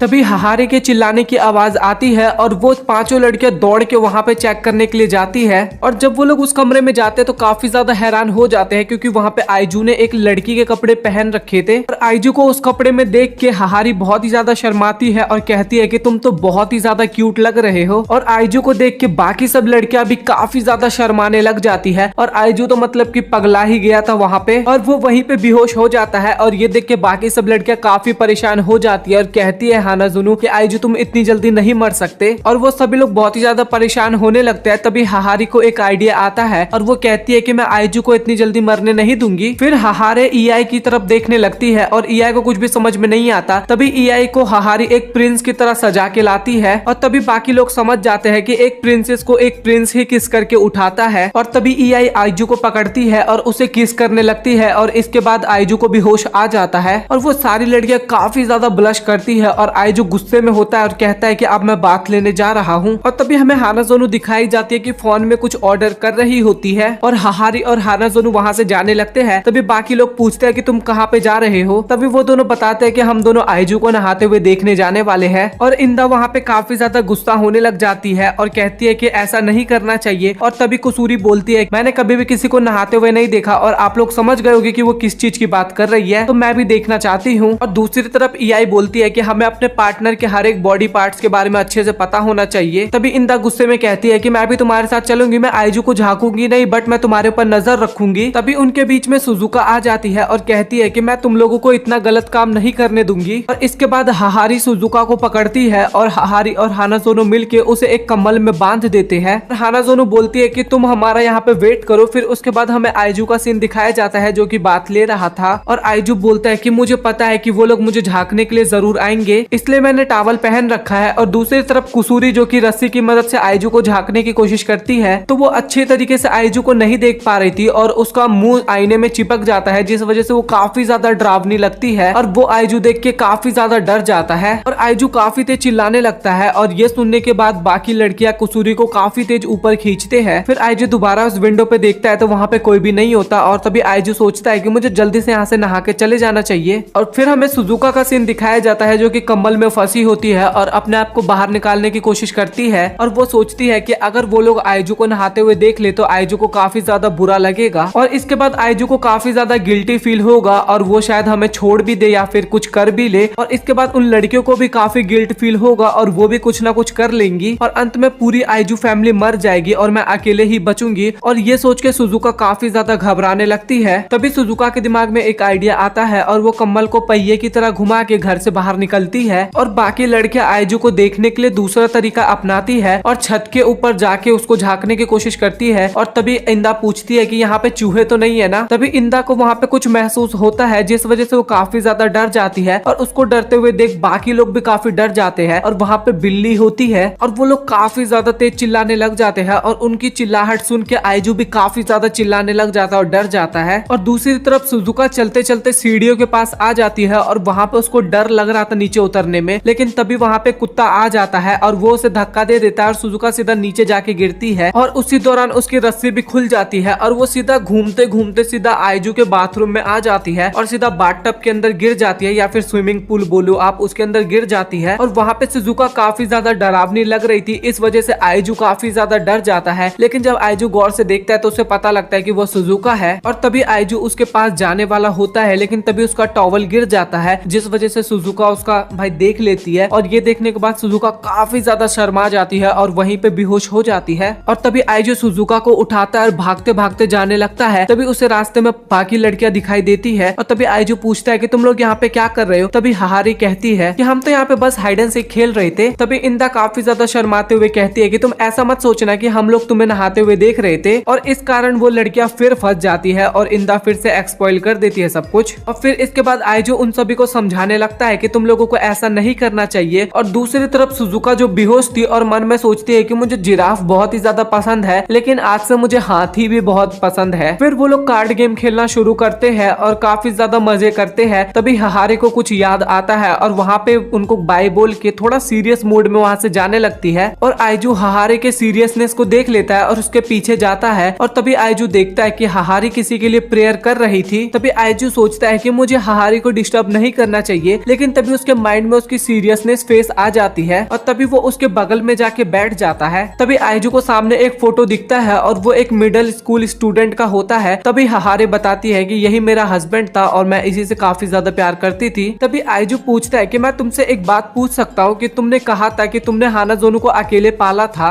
लेकिन ऐसा तो नहीं होगा कि तुम्हारे पास और लड़के का ऑप्शन नहीं आया होगा, तो तुमने हमेशा से अकेला रहना ही क्यों चुना। तभी हाहारी बोलती है कि मुझे इसके बारे में बात नहीं करना। तभी आइजू बोलता है कि मुझे पता है कि मैं बहुत छोटा हूँ और मैं बच्चा हूँ, बट मैं चाहता हूँ कि तुम्हारे दिल में जितनी भी बोझ है वो तुम मुझसे शेयर करो। तभी हाहारी रोने लग जाती है और कहती है कि मैं अब तक अपने पहले प्यार को भुला नहीं पाई। वो इस दुनिया में नहीं है, बट अभी भी मैं उससे काफी ज्यादा प्यार करती हूँ और इसके बाद मुझे और कोई दूसरा लड़का पसंद ही नहीं आया, बट मैं तुम्हारे प्यार में गिर गई। मुझे पता है कि ये गलत है। और तभी आइजू हाहारी को गले लगाते हुए कहता है कि तुम्हें अपने पहले प्यार को भुलाने की कोई जरूरत नहीं है। तुम हानाजोनु के फादर और मुझे दोनों को एक साथ प्यार कर सकती हो और इसमें कोई गलत बात नहीं है, क्योंकि तुम्हारा जो प्यार है वो एकदम सच्चा है। और अगर तुम्हें कभी भी फील हो कि मैं तुम्हें फेक लव करता हूँ तो तुम मुझे कभी भी छोड़ सकती हो, लेकिन मैं तुम्हें वादा करता हूँ कि ऐसा कभी भी नहीं होगा, क्योंकि मैं तुमसे सच्चा प्यार करता हूँ। और ये सुन के हाहारी काफी ज्यादा इमोशनल हो जाती है और आइजू को गले लगाते हुए कहती है कि मैं भी तुमसे बहुत ही ज्यादा प्यार करती हूँ। तभी हाहारी आइजू को बोलती है कि क्या तुम मुझे किस कर सकते हो, लेकिन तभी माफी मांगते हुए कहती है कि नहीं नहीं, मेरे मुंह से गलती से निकल गई। तभी आइजू हाहारी को पकड़ता है और उसे किस कर लेता है और ये देख के हाहारी को भी काफी ज्यादा इमोशनल सा फील होता है। फिर हमें रात का सीन दिखाया जाता है जहाँ पे हानाजोनु इंदा के साइड सो रखी थी, लेकिन वो वहाँ से उठ के आइजू के बगल में आके सो जाती है और इसके बाद आइजू का भी नींद खुल जाता है। तभी आइजू पूछता है कि तुम यहाँ पे क्या कर रही हो। तभी हानाजोनु बताती है कि मैं तुम्हारे साथ सोना चाहती थी और ये सब बात इंदा भी सुन रही होती है। तभी हानाजोनु बोलती है कि मैं काफी ज्यादा डर गई थी और मैं तुम्हें खोना नहीं चाहती थी। और इसके बाद आइजू हानाजोनु को किस करते हुए कहता है कि तुम टेंशन ना लो, मैं तुम्हारे साथ हमेशा रहूंगा। फिर सभी लोग सो जाते हैं और कुछ टाइम बाद आइजू की आंख खुलती है और वो इंदा को देखता है कि इंदा और हानाजोनु अलग ही दोनों लगे होते हैं। फिर इसके बाद आइजू बाथरूम करने के लिए जाता है और तभी आइजू को सामने एक लड़का दिखता है और उस लड़के को देख के आइजू काफी ज्यादा हैरान हो जाता है, क्योंकि वो लड़का और कोई नहीं हाहारे का हस्बैंड होता है। और हानाजोनु का फादर काफी ज्यादा गुस्सा होता है और कहता है कि मैं तुम्हें नहीं छोड़ूंगा, क्योंकि तुमने हानाजोनु और मेरी वाइफ दोनों को मुझसे छीन लिया और तुम मुझसे डर क्यों नहीं रहे, और बाथरूम में तो तुम काफी ज्यादा डरे थे, पर तुम मुझे देख के क्यों नहीं डर रहे। तभी आइजू कहता है कि मैं घोस्ट से डरता हूँ, लेकिन आप तो हानाजोनु के फादर हो और आपको तो हाहारी ने प्यार किया था, तो मुझे पता है कि आपका दिल बहुत ही अच्छा होगा। और ये सुनने के बाद हानाजोनु का फादर भी रिलीफ सा फील करता है और कहता है कि तो क्या फिर मैं तुम्हें कर्ज दे दूं। तभी आइजू बोलता है कि आपको कर्ज देने की जरूरत नहीं है, बट मैं हानाजोनु और हाहारी दोनों को काफी ज्यादा खुश रखूंगा। और घोस्ट कहता है कि हाँ, मुझे पता है कि तुम उन दोनों को काफी ज्यादा खुश रखोगे, क्योंकि मैं 16 साल से देख रहा हूँ उनकी लाइफ में काफी ज्यादा लड़के आए, लेकिन उन दोनों ने कभी भी किसी को नहीं चुना, बट उन दोनों ने तुम्हें चुना। और मैं तुम्हारा शुक्रिया करना चाहता हूँ, क्योंकि तुमने हाहारी के दिल से इतना बड़ा बोझ उतार दिया। और आपको टेंशन करने की जरूरत नहीं है, क्योंकि मैं जिनको भी प्यार करता हूँ उनको काफी ज्यादा खुश रखता हूँ, और आप भी हमें ऐसे ही खुश रहते हुए देखो। और तभी आइजू कहता है कि आपका बहुत बहुत शुक्रिया हानाजोनु को इस दुनिया में लाने के लिए। और ये सब सुनने के बाद हानाजोनु के फादर काफी ज्यादा खुश हो जाते हैं और तभी उनके चारों तरफ एक रोशनी सी आ जाती है। तभी आइजू पूछता है कि ये सब क्या है पापा। तभी हानाजोनु के फादर बोलते हैं कि मैं तुम पे बहुत ही ज्यादा ट्रस्ट करता हूँ, तो आज मेरी आत्मा को मुक्ति मिल जाएगी और मुझे तुम बहुत ही अच्छे लड़के लगे। तभी आइजू कहता है कि आपने तो मुझे प्रॉमिस किया था कि हम दोनों मिलके उन दोनों का ख्याल रखेंगे, लेकिन तभी हानाजोनु के फादर वहाँ से गायब हो जाते हैं। और तभी देखता है कि आइजू वहीं पे सो गया था और फिर वो वो उठा है। फिर उसके बाद वो लोग वहाँ से जाने लगते हैं। तो भी हाहारी बोलती है कि तुम्हें जब मन करे तुम यहाँ पे आ सकते हो। फिर वो लोग वहाँ से चले जाते हैं और फिर उसके बाद हमें स्कूल का सीन दिखाया जाता है और असेंबली में दिखाया जाता है और वहाँ पे हाहारी आई होती है जो कि बताती है कि मैं इस स्कूल की नई चेयरपर्सन हूँ। तभी वो अपने मन में सोचती है कि मैं आइजू को इतना देखना चाहती थी कि मैंने उसीलिए इस स्कूल को भी खरीद लिया। और ये देखने के बाद हानाजोनु और इंदा काफी ज्यादा गुस्सा होते हैं और आइजू भागते भागते स्कूल जाने से पहले एक बार हाहारी से मिलना चाहता था। तो वो उसके घर पे जाता है। तभी उसकी मेड बताती है कि हाहारी मैम तो अभी स्कूल में है। फिर आइजू सोचता है कि मैं इतनी मेहनत से यहाँ पे भाग के आया। फिर उसके बाद वो फिर से स्कूल जाता है